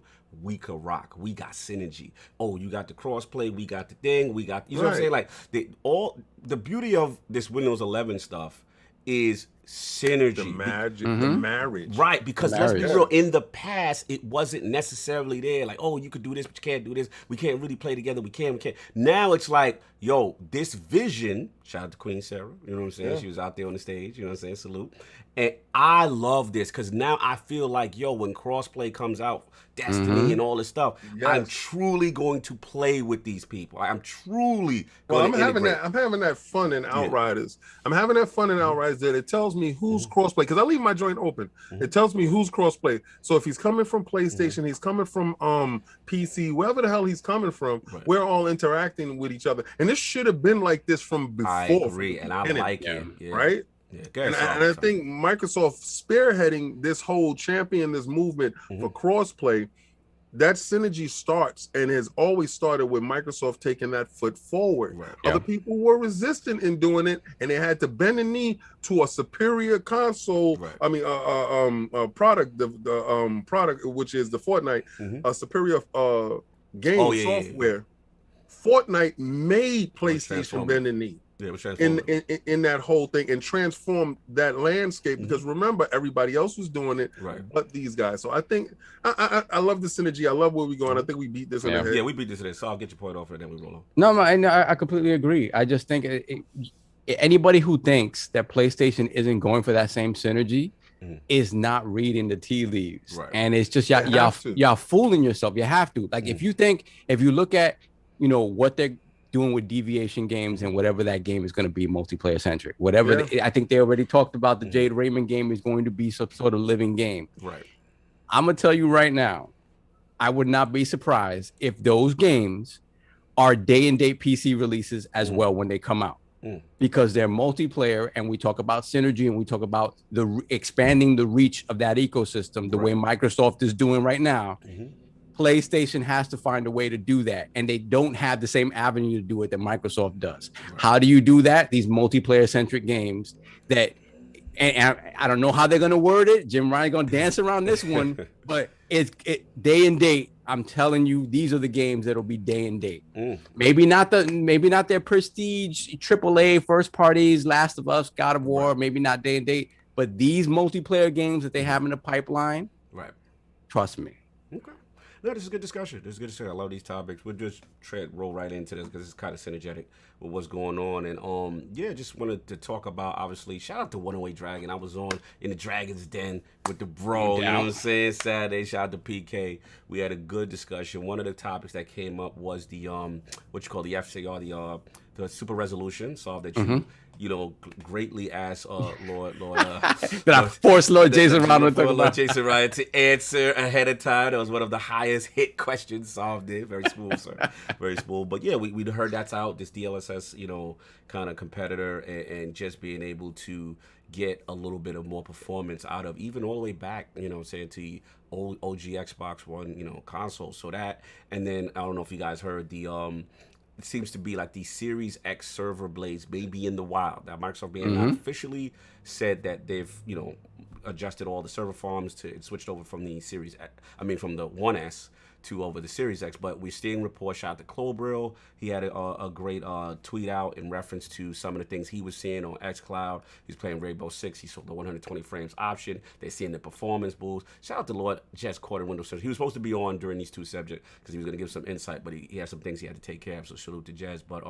yeah, we started to see that roll out the mouth. So I just wanted to get your feedback. So I'll start with you. You know, Super Resolution, which you are a champion of. You were the one that brought it to our attention, and then obviously the server blades potentially being upgraded on XCloud.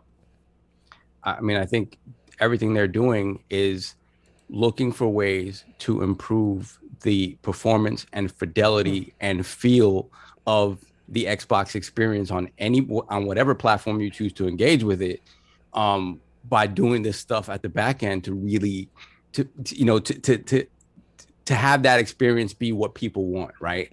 I think if there is a barrier to people hopping onto XCloud and really giving it a go and playing those games in that regard, is bandwidth, right? First and foremost. And then after that is just the experience of the input lag, of how it looks. Does it look soupy? Does it look like it's smeared in Vaseline? Stuff like that.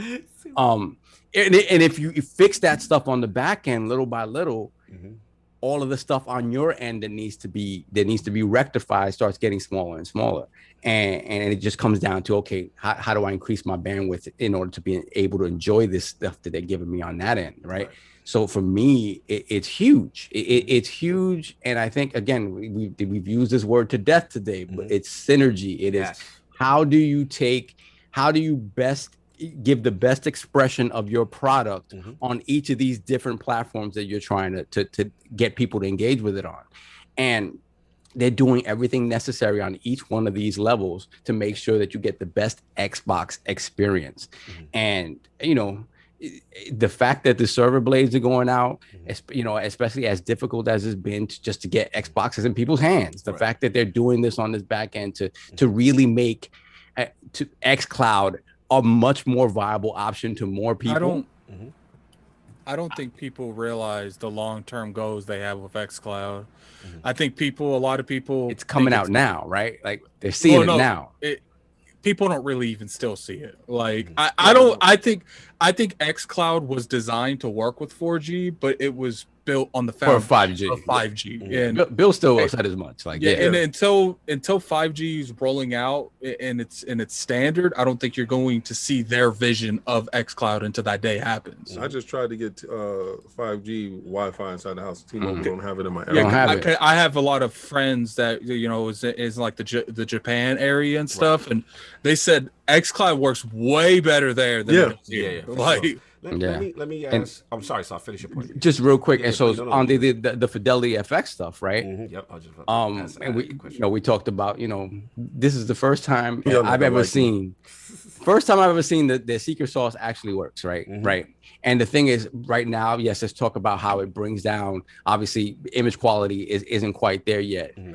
Oh God, you got not gonna like me. But but this is a reality. The thing that makes FidelityFX special is that it can work on top of everything else. So if you're running RTX, it can run on top of that. It once again, synergy, it's everywhere. Whereas RTX is very localized to those graphics cards. All this stuff, and it's free. Work in conjunction. Exactly. And it's free because RTX is not free. Right. And the free. So to me, it's one of those things that we're gonna get it. It's going to be in an early state, and it's going to continue to improve. And on the console side, when you start getting performance on a console, we've seen it already without having to use this. When you're talking about games that have 120 FPS mode, if you really think about when they started talking to us about the Series X and what it could do in the beginning, there was no talk of 120. None. 120 came after.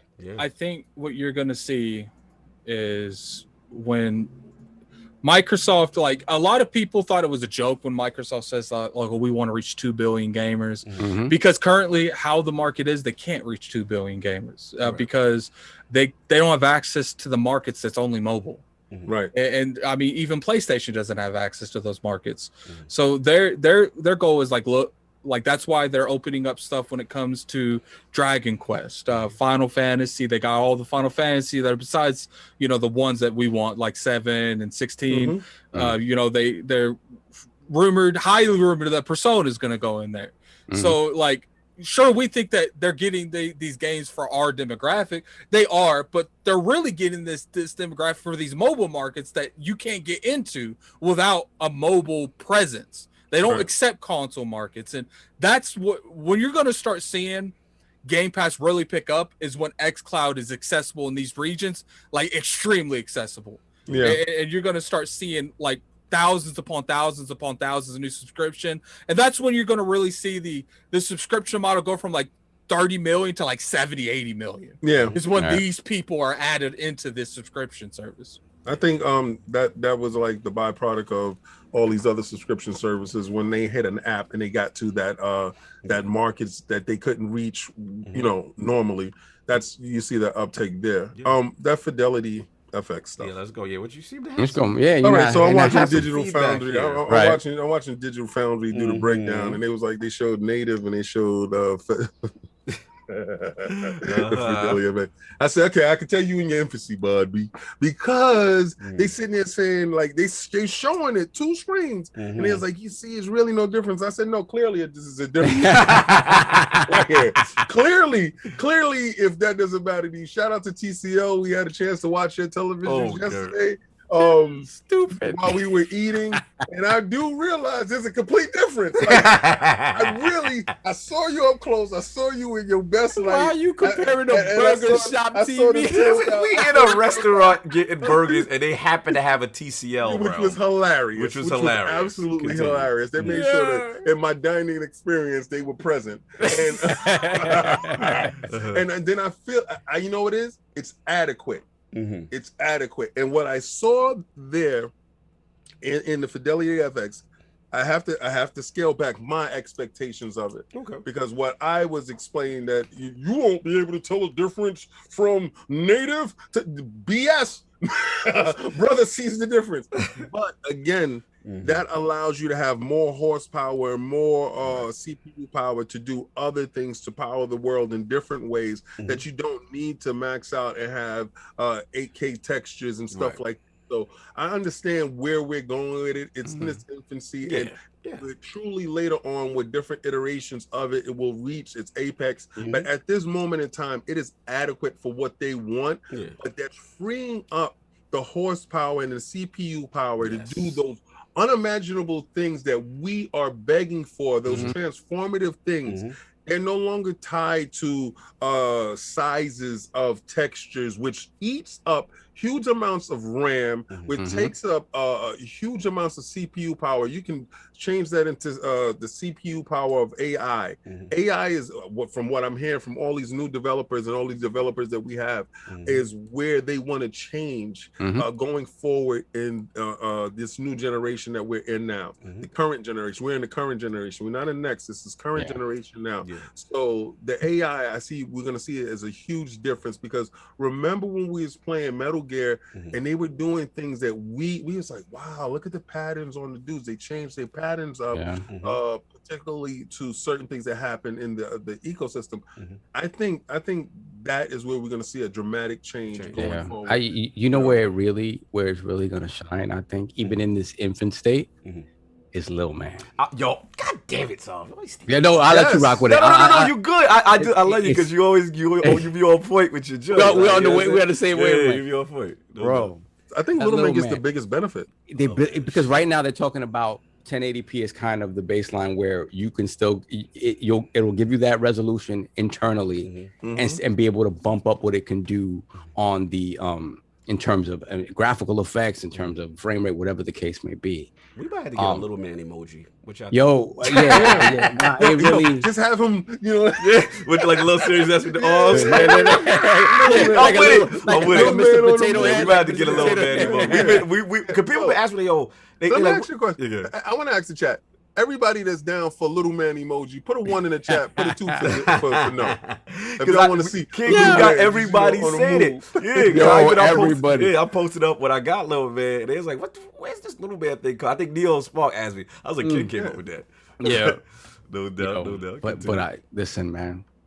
That little machine does a lot of awesome stuff. Okay, we got to do it. Yeah, we got to do it. The chat, they all. Yeah, they all. Yes, let's go. Little man. What do we say, little man?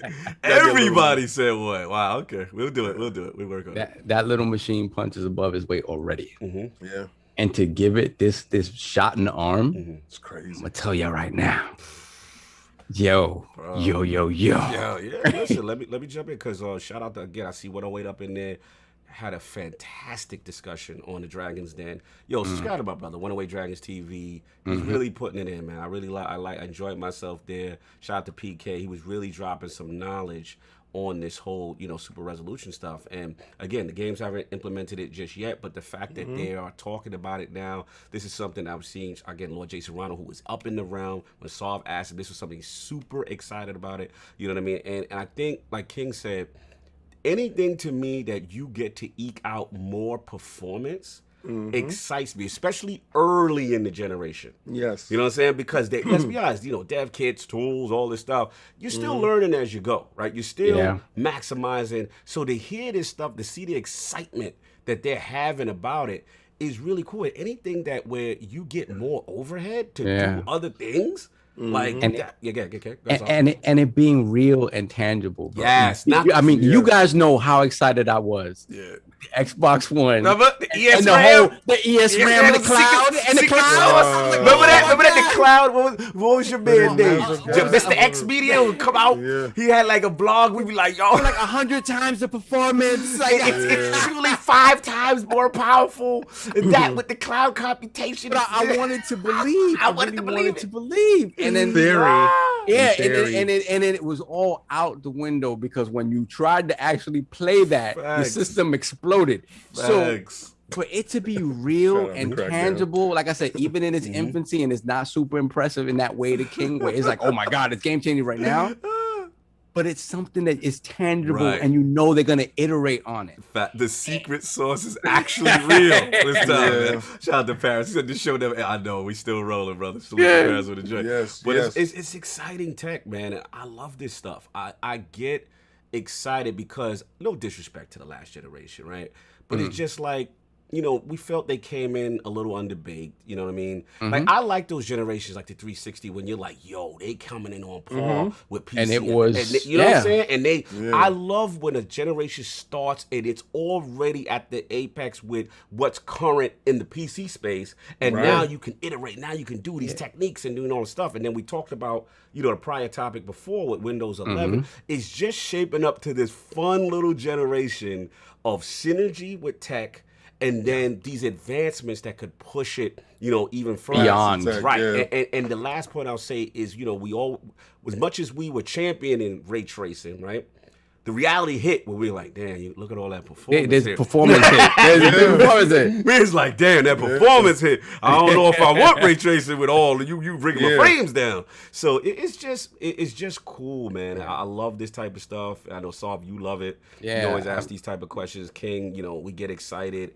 And I'm jaded to it. I'm not gonna lie, I'm jaded to it because I'm so sick and tired of, when somebody comes out and tell you put your ears in a box. I went we're gonna do so much stuff. King wants the pure experience. I'm so sick and tired of the lies. So to actually see it being implemented and being shown. Yes. Don't talk about it. Be about it. Do it, right? Right. And these dudes are being about it. Maybe it didn't reach my level of expectation yet, but the possibilities of what has been shown will reach those expectations that I do have. So question for y'all, with all this stuff being a reality, right,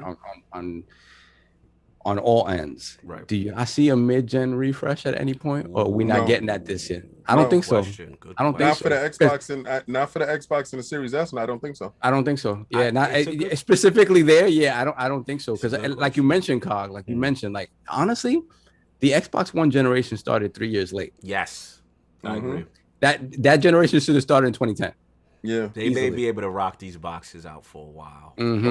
Pause. Shout out. Shout out to you. Shout out to you.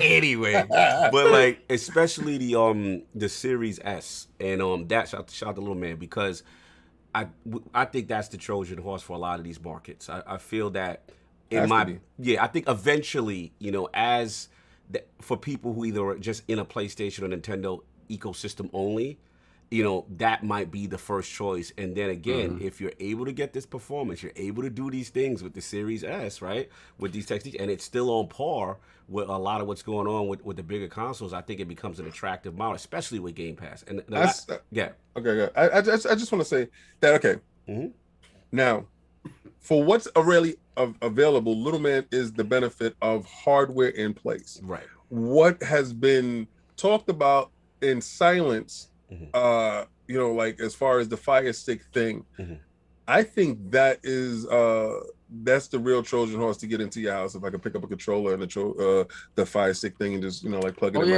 TV. That's another one. Yeah, and sure. Financially from that standpoint, and that's where the super sampling and the FidelityFX and all that other stuff comes into play and gives that boost. But from a native console hardware space, I think Little Man is just like you said, is that Trojan horse in that space. I believe so. Yeah, and that makes sense. Last point I'll make is I just want to touch on it is XCloud, because I really love hearing that those Series X blades are going to come out, because they're doing that already. Yeah, like that excites me, because again, seeing that when you see that imperceptible latency, that's what makes it a game changer. That's what makes it okay. I can actually do this, and this is viable in a space. Now, for some, we get it. They're not going to want it.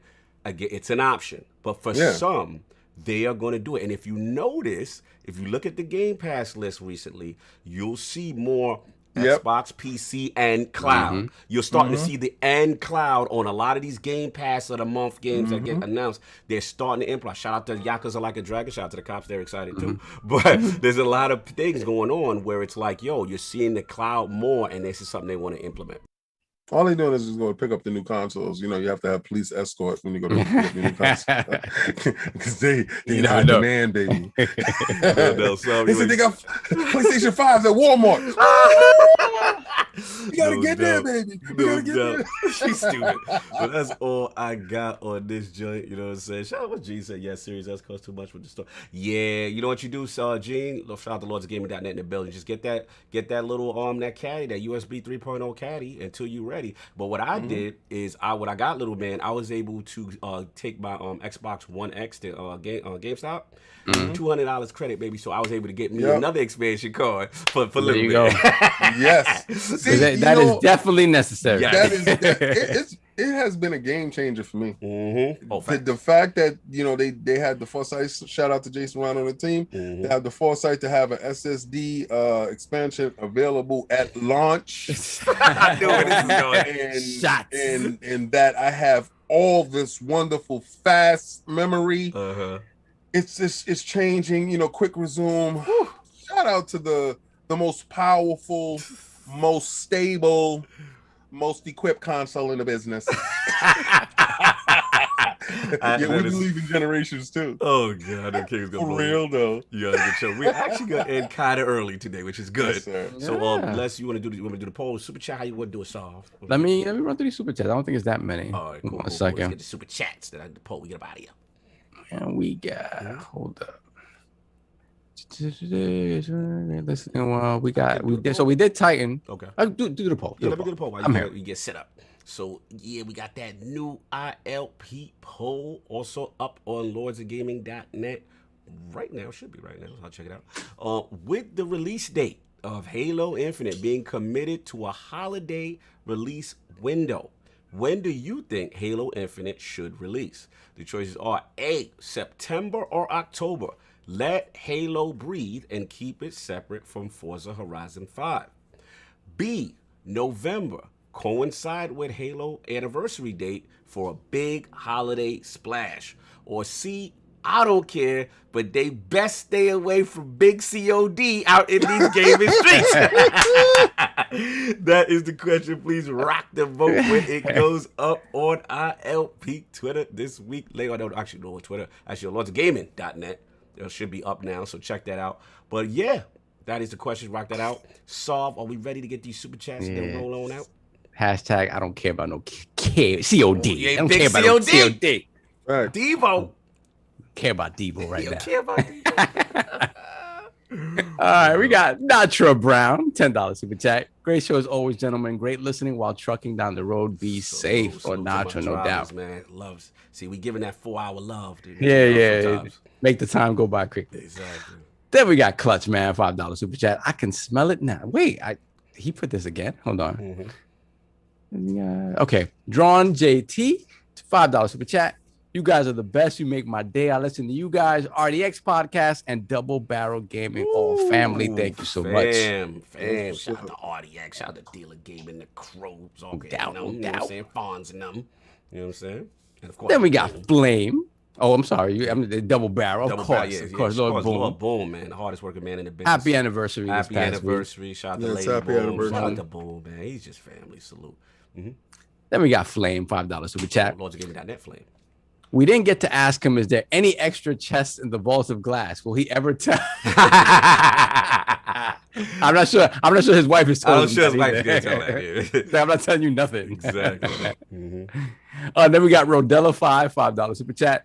Joey Bats made me send a super chat. He said, show some respect. So here I am. We're going to have to get the goons because they've been trying to, these Italians be trying to shake us down. Have the boogie down. We gotta get the boogie down goons. Goons out, man. Then we got Abel Asic with the $1 super chat. Thank you so much, brother. You can say something. Just please say something. Raiden Blade, £5 super chat. I have said this before. Microsoft wants Xbox to be a $1 trillion company too. Yeah, it feels like they really want Xbox to shine in parallel with what they're doing. Like it's amazing to see. Then we got Gerald Mack, $5 super chat. Phil Dominus Maximus Aurelia Spencer. Yes, sir. Influence is felt through Microsoft Now, a different game. Yes, his influence is felt everywhere now. This is why they have him walking around with bodyguards all the time. And I shout out to, again, GRG. I said, honestly, in the long term, I see Phil as the head of Microsoft. Whoa. I see it. I see it. Yeah. I see it. Yeah. Then we got Raiden Blade, £2 super chat. Phil DeSatya, Microsoft must be all in. Satya, we in. Satya Odin $1. Yeah. Odin. Then we got Brad with the $2 super chat being messy. PC Master Race. Yeah, show your throw specs. that in there. Show your specs. Just show your specs. Let's see if it's really bench pressing or not. You gotta get Brad in here, man. It's been a while since he's been in the realm defending himself. PC Master Race, show your specs. Yeah, we have the Wandering Dutch £10 super chat. Awesome show, great Halo insight, and great guests. ILP on fire as usual. Congratulations on the big moves this week for ILP as a registered company. Thank you, my brother. Thank you, brother. It means a lot. Yes. Then we have Beaner 8127 $5 super chat. Photogrammetry, Desert Car. Xbox hit Horizon 5 at the 2019 Game Awards console reveal. Xbox sending hints out for a long time. Yeah, they send out a lot of hints for stuff that you just don't see. And I love that. You know, it's like an ARG. You have to figure stuff out. Yep. Then we got Beaner once again, $5 super chat. Phil Spencer can dribble a bowling ball. On the seventh day, God rested and Phil took over. His tears cure cancer. Too bad he never cries. Oh my God. We need a book of X at the end of this. It was out of control. He was out of control. You, sir, definitely have. So far, you're leading for Super Chat of the day. Post to the show. Yeah, that's for sure. Then we got Post Up, $5 super chat. I called them Sony dudes out on these amazing PCs, and they say they have on Twitter they didn't show up. Yeah, a lot of people they like to make the PC argument, and just don't, they don't have that. Show your sex. Show your specs. Nah, that's my whole thing right now. What's inside your box? Pause. And we got Flame $2 super chat. Gonna need an emote for that synergy soon. Talking a lot of synergy today. Synergy talk today. Yes. Hold on, now we got a couple, so let me go back a little bit. Okay, we got Clutchman, $5 super chat. 2018 Sony. How did you get the extra booth space in the building for E3? Microsoft, I bought the building. See, of course you do. No. Then we got One Bad Mother, $5 super chat. Another Sunday, another incredible interview and discussion. By the way, finished Mass Effect for the first time, and ME3 is the best one. A lot of people. Some people say that. A lot of people say that for the first time. That's facts. Oh, here we go. I like how you come back. I gotta chime in. I got to chime in with the point. I know he's probably eating. He chimed in like, word. Then we got Hargeet Chennai with the $5 super chat. Haven't seen much about the 20th anniversary of Xbox or Halo from Microsoft yet. Do you think something is coming? Yep, Halo Infinite's coming. That's what's coming. Yes, sir. Yeah, we had it on today. Then we got Mariano Pompa, $5 super chat. Congrats, Lords, on all the big moves. Much more success to you all. Immortality, take it. It's yours. Hashtag get it. That's real lordly talk. Right Yeah, there. that's what's up. I know what he talk about. Then we got, excuse me, let me have a drink because I feel like I swallowed razor blades. If you Oh, want that sucks. Yeah. 108 Dragons TV, $5 super chat. I'm giving people PTSD and Halo this holiday. Be afraid. Awesome job today. As usual, my brothers are lit. Little man pulling weight. No doubt. Factual. He's out here. Are we all cool? Then we got J-Dub is a shill. $5 what? super chat. I know what's in my wife's box of bushes. Oh Yo, my God. bro, see? Let these that's when they get loose with the emotions. That wasn't me. I'm just saying. J-Dub might have won that one. Whoa. Yeah. But anyway, so we got that, man. Let's wrap all out. Attic, you still there? You eating, whatever. But we still our outro, sir. I'm not eating. I'm not okay. eating. Lord, where can the find you? What you got going on, sir? You can find me on Twitter at Lord Addict ILP. You can find me on YouTube at Gaming Addict. The content's been a little bit lack. It's going to be remedied here in the next couple days. Keep in mind, on the 6th of next month, we will be streaming Sea of Thieves. So I'm pretty sure you guys are going to enjoy that. A lot of fun. Chivalry that Yo, I'm gonna be honest. I'm gonna be honest. I was like, damn, that shit really looking good. It look fun, bro. Iron Lord's the game, but no, we got to. He forced me. Yeah, I already promised Addict. We're doing Sea of Thieves, but I want that chivalry with the Lords. Yes, we need that. Really needs. Yeah, we really needs to do that. Continue. Yeah. Continue. Yeah, so that will be happening on the 6th, I think. I think that's the day we agreed to. Yes. We will be doing the new content for that, so keep an eye on for that. And that's all, folks. That's all, folks. No doubt. Yeah. Lord Solve, my man. What do we got going on? Where can find you? Man, you can find me Lord Solve IOP on Twitter, BX Sovereign on PSN and Xbox Live. I'm gonna speak a little slowly because again, like I said, I feel my throat's killing me. Pause. Yesterday was a special and emotional day for us. Just because it's the culmination of step one of a journey that started 4 years ago at this point. Yeah, pretty much officially. And I couldn't be happier, prouder of my brothers, what's happened to date and what's to come. I never would have thought. Shout out to King King having the foresight, having the belief. Cog is the one that goes out there and enacts it, and I'm the one that need to see the road ahead.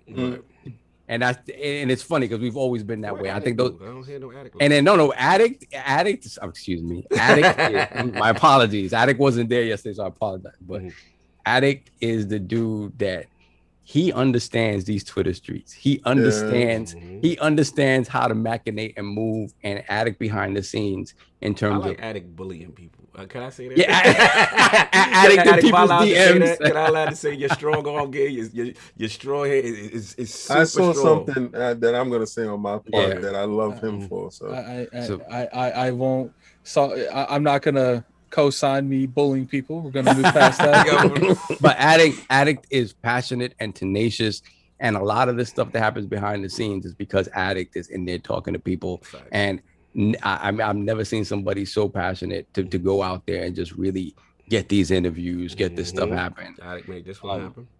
Yeah, this is, again, it's a culmination of a lot of work. If anything, and these guys know, I wish I could be more involved on the day-to-day stuff because just my day-to-day is crazy. But I appreciate being a part of this. And sky's the limits. I love y'all. Sky's the limits. I'm so happy where we at, and I can't even imagine to see where we're going. Facts. Lord King, where fine people got going on for you, sir? Ooh. I sat back yesterday. I was late. Addict was there first. Addict was there first. Addict got paperwork in digital form. Addict was there first, and Sovereign pulled up, and I left my house completely early. And shout out to Jersey. I hate you, Jersey. With your traffic for no absolute reason under the sun. Leaving, it took me an hour and a half to get home. But like okay, so being cursed with vision is hard. right? Being cursed with vision allows you to see things ahead of the time before it happens. I know you guys like to make jokes Prophet that King Prophet at Xbox and stuff like that, but being cursed with vision allows you to see things before it happens, and some people don't believe you, or some people don't get it at that point in time, but it's going to happen in fruition later on. And when it does come to pass, you're not really excited as much as those people that it's happening, because it's happening in real time for them. You already were present there at that moment. But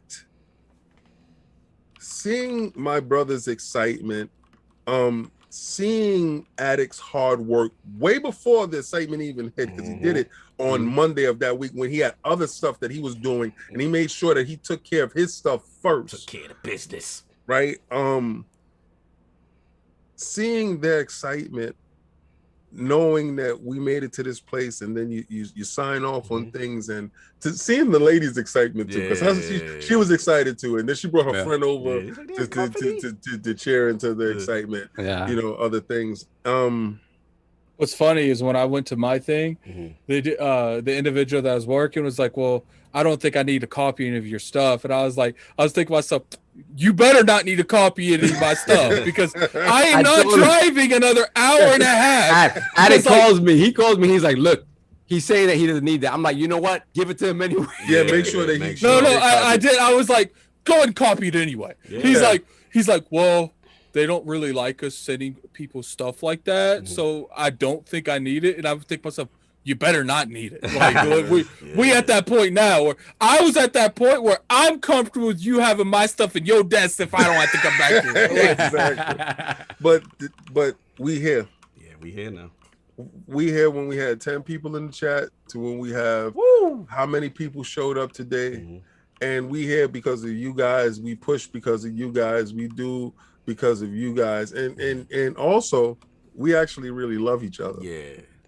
So from the hard work from Cog, and the hard work from Addict, and the hard work from Sobs like to tell you he doesn't do hard work. Yeah, he does. He do. Yeah, he do. All right, he really does. Everybody's pulling their weight in all aspects of their strengths. Right? We all have different strengths, so we don't expect somebody to do something that's not their strength. But I love you guys. I just really wanted to say that because it was very special, and to see the response from your tweet yesterday. That's what I was about to say. Yeah. All right, and I got to give a shout out to Addict again. I saw somebody say something that don't normally ever speak, and Addict was like, "Yeah, you can talk to me later. You can talk to me in the DM." And I'm pretty sure he went right after, and he hollered at old boy there. But I also know Addict has a level of OCD that he will complete whatever his task is. And a lot of these big interviews are attributed in conjunction with Cog, but attributed to Addict. I'm glad you said that. Because he does a lot of the legwork. Yeah, let me jump in because that is very important. And I know Addict probably don't want me to say this, but I'm going to say it. And look, we all love each other, and part of being a team, is making sure everyone is respected for their contribution. And I feel like, my brother doesn't get enough as being Addict as far as his contribution to Iron Lord's podcast. I love him like a brother. He's cool with being in the background reserve, but, when I see a lot of people say, hey, they want Cog and they want King or whatever, that's cool. But don't eliminate my bro from these podcasts and these conversations, because he is a vital part of Iron Lord's podcast. A lot of these big interviews we get, Addict is directly responsible for making them happen. So I just wanted to say that publicly, because I don't think I ever said it. You know what I'm saying? Like, I really like the respect given to my brother as well. We are a unit. We're a team.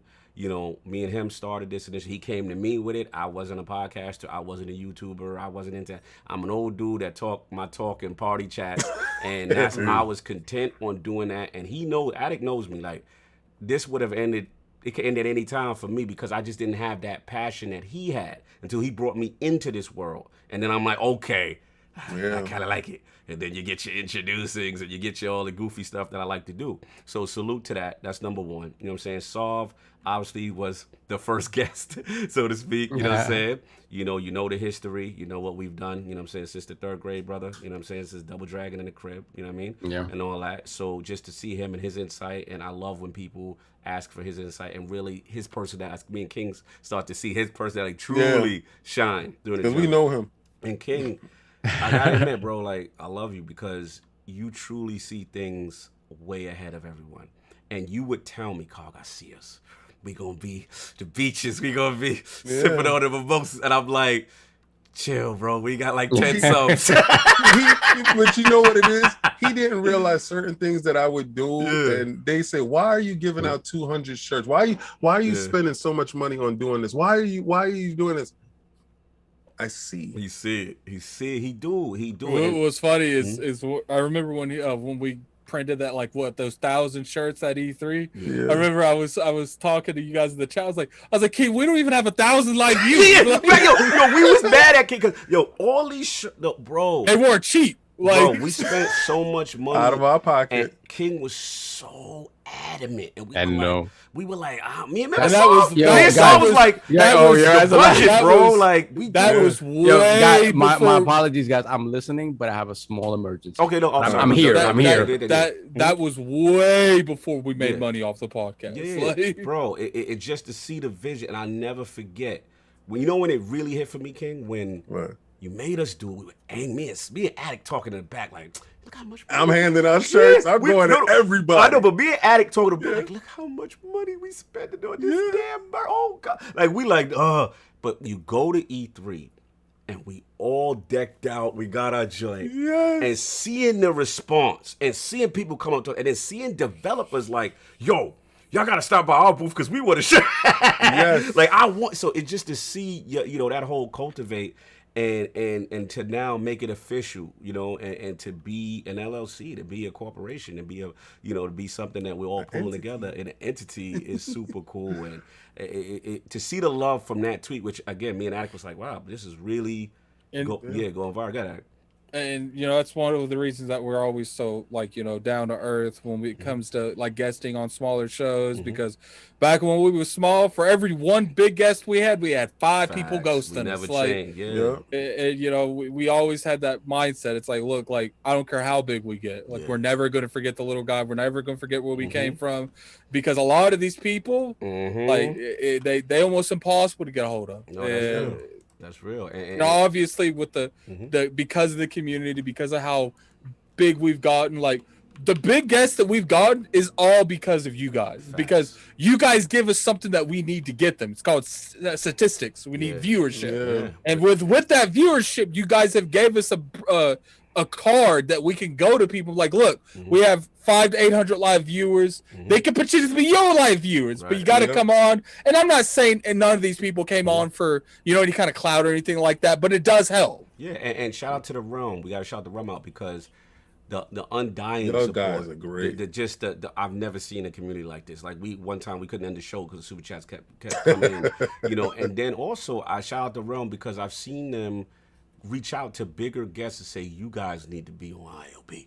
You need to, and some has happened as a result because of you guys. Because of the Realm pulling up saying, yo, so thank y'all.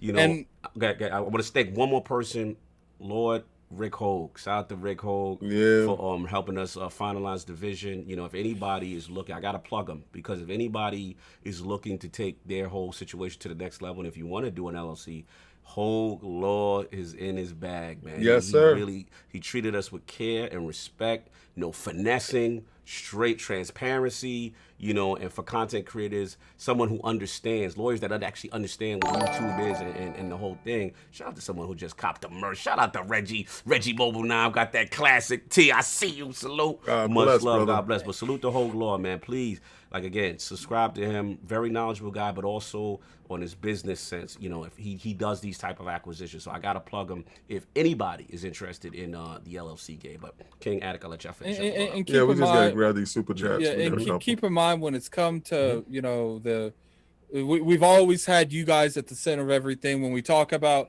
the Patreon stuff, the member stuff, we always want to make sure we don't try to lock too much stuff behind. If anything, we really don't lock anything behind paywall, because at the end of the day, we value giving you guys more content to watch than we value locking content behind stuff. No doubt. So, and we've always had that at the center of everything. Some stuff you might get a little sooner, like, we do a little bit of stuff for the members, but what I like is that you guys support us. Like, we don't really got nothing behind that member stuff, but you guys enjoy the stuff we get, and we're always appreciative over that. Well, you're gonna have a lot more with these live shows. Because back to normal. Our bread and butter is the streets. Our bread and butter is being with the people. Our bread and butter is going to these shows. So COVID hit us hard too. But when we're going to be right back at it. So the King is about to go get his shots this week. So I could be up to date with all my vaccinations, like a puppy.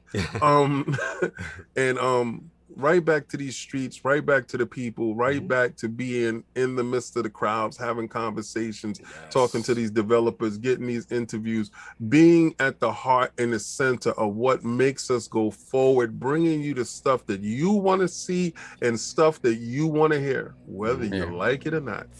Did y'all all blow Vader about Addict? Because I want Addict. Hold up real quick, and keep in mind, like, I know we've had a lot of like high tier. We ain't even done. Like we still have we still have a lot of like. It's got to the point. Like I'll just tell you guys, we're booked till like August, September. Like we have to push like big people back sometimes. Big people back. Like sometimes I have to talk to someone and be like, yeah, we can be like, yo, I can get you like August, like August the 15th. September, you good? Yeah, exactly. And then it's crazy to be. You have to tell people that. Like it's like, who are you to be telling me? Yeah, but listen, it's no matter how big, no matter how small, your spot is your spot. Small too. Don't think it's just gonna be only big. This is always gonna be the same way it's been, man. If you show us love and you out there working hard, you're gonna make your way to the realm. That is for sure. Let's say your addict affiliation. Listen, because I realized that because of the relationship that Cog and King and I have for so many years. I know it's got to be difficult for Addict to be like, where do I fit in here? And the reality of it is that you are so integral to all of this. You have no idea, bro. Like, facts. You kind of are. You're the baseline. Like Hawk said, you brought him into a world that he had no intentions of going into whatsoever. I'm like, who's going to sit here for 3 hours listening to someone talk and stream? Like, it made no sense to me. And I'm like, I never started listening to podcasts until after Cog was on podcast. He's like, look, man, you need to start listening to these things. And I'm like, who told you about all this stuff? He's like, this kid Addict that I play games with, and I'm just like, that I tricked him into getting Destiny. And to me, like I just want you to realize, there you go. I want you to realize that how much you mean to us and how much you mean to this. Thank you. And in no way, shape, or form does any of this happen without you. Preach. And I can't do a quarter of the things that you do. I don't even want to try. Side note, real quick. Side note, side little joint. Yo, me and Addict is a different story than this podcast stuff. Me and Addict was playing Destiny together. He had a dude that I could not stand. I was gonna drive to this dude's house and beat him up because he was bothering Addict. You remember? We ain't gonna get into that. Calhoun, that's his name. Calhoun. That was his name. So listen, man. My love for this dude is crazy different. It's because it had nothing to do with the podcast. It had everything to do with. I think it was before the podcast. Yeah, it was before the podcast. It was. This is my Destiny dude. Yo, stop messing with him. I had love for him way before the podcast. We've even pulled up on people on shows. The crazy thing is like.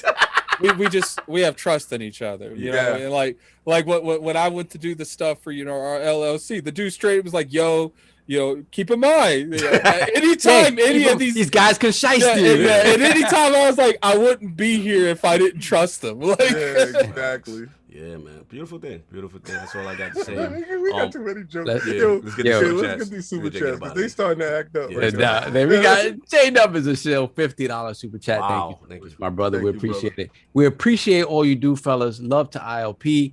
Don't turn out like the Beatles once you guys blow up to 1 million subs. Nah, I think that's the thing with us. It's like I'm Ringo. it's always it's family first, always. So I think you guys know that about it. It's Ringo family first. never left. I'm Ringo.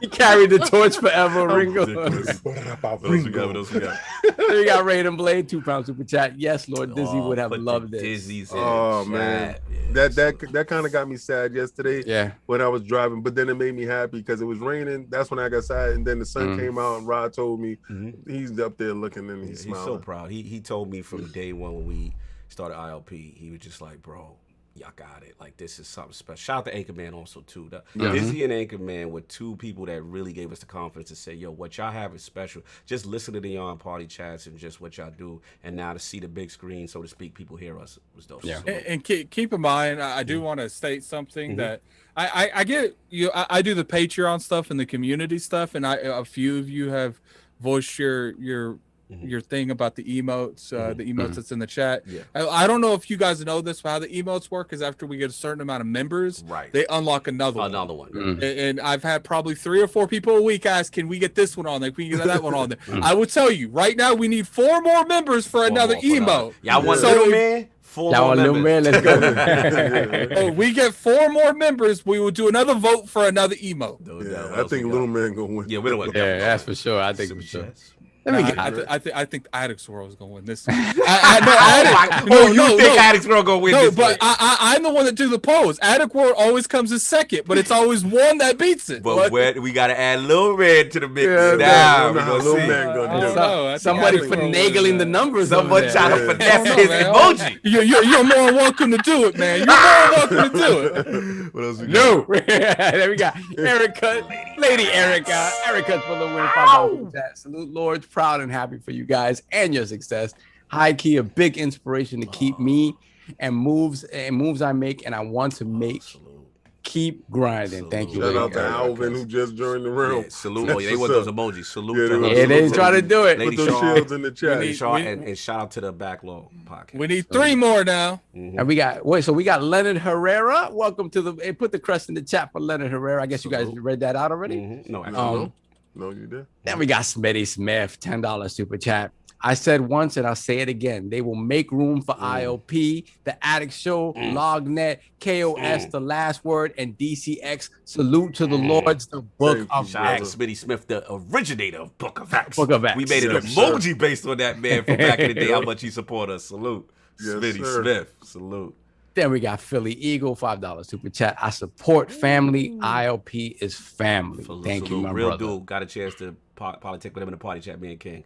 Good dude. Yes, sir. Salute. Absolutely. And then we got Gaming Forte, $5 super chat. Y'all about to make Addict cry, but for real, Addict is one of the most genuine people I know. Might piss me off, Yeah. but still my best friend. Same. Love I have the y'all. same relationship. I may want to strangle him, but he's Let's awesome. strangle, but you Then we got Tony Bryant, $5 super chat. Salute. Yep, Austin Creed and Sarah Bond coming soon. Manifested. Yeah, we working. Yes. Salute to you. You was one of the first to wear the wolf. You know what I'm saying? Feed the wolves joint. You know what I'm saying? Absolutely. Salute. Then we got welcome Lord Alvin to the realm. Put the crest in the chat for Lord Alvin. Yes, sir. No doubt. Then we got Suicide Kings, $5 super chat. Putting in my dollars, passing the plate to the right. Hashtag ILP community. Hashtag TCL's revenge. So Like a since movie. Arcade do it, we just need 2 more now. Look 2 at more the members. Play Super Chat to get us 2 more members. I'm done. Yo, Yo, we they don't got order. it. They Oh, we tried did. it. We just got them. We We got got the 2. Arcade 40, No, we need 1 more. 47. We need 1 more. Wait, we got Hargeet. It just jumped in. Yeah. Yeah, but Arcade. I'll refresh it. I think we need 1 more. Okay. Welcome to the realm, Lord Arcade 4247. Put the crest in the chat. Put them crests in there. Then we Little man got is gonna show up, bro. Raiden Blade, £2 super chat. 2 more members needed. Let's go. Then we got Hargeet Shania. Welcome salute. to the Thank realm, you. Lord Welcome to the Gold. Thank realm. you so Bless. much. No doubt. Thank you. And all we so are much. And done. We are done. We'll see you guys next week. And more fun stuff planned. Good things going on. Cannot wait. Great interview. Salute 343. Salute Patrick Wren, the whole team. We are out of here until next week. Peace. Peace. You guys stick around.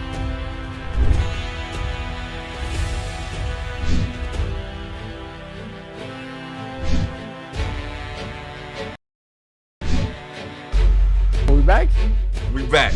Yeah, I'll Yo, put chat. up Yo, Stu Jersey. Yeah, Yo. in the chat. Stu Jersey came in clutch. Oh man, we gotta work on the new emoji for y'all. I'll put up the post sometime today or tomorrow. Oh, salute. But I think Little Man gonna win. Little Man versus Addicts World. Yo, Little Addict, please link me in that tweet because my retweet guys are crazy. So I want that poll. I want Little Man to win. Pause. Salute to the realm. Yo, that's love. That's crazy. We had to stop the outro for that. We was like, yo, they actually did this. We got the best community in the world. Love y'all. Love y'all.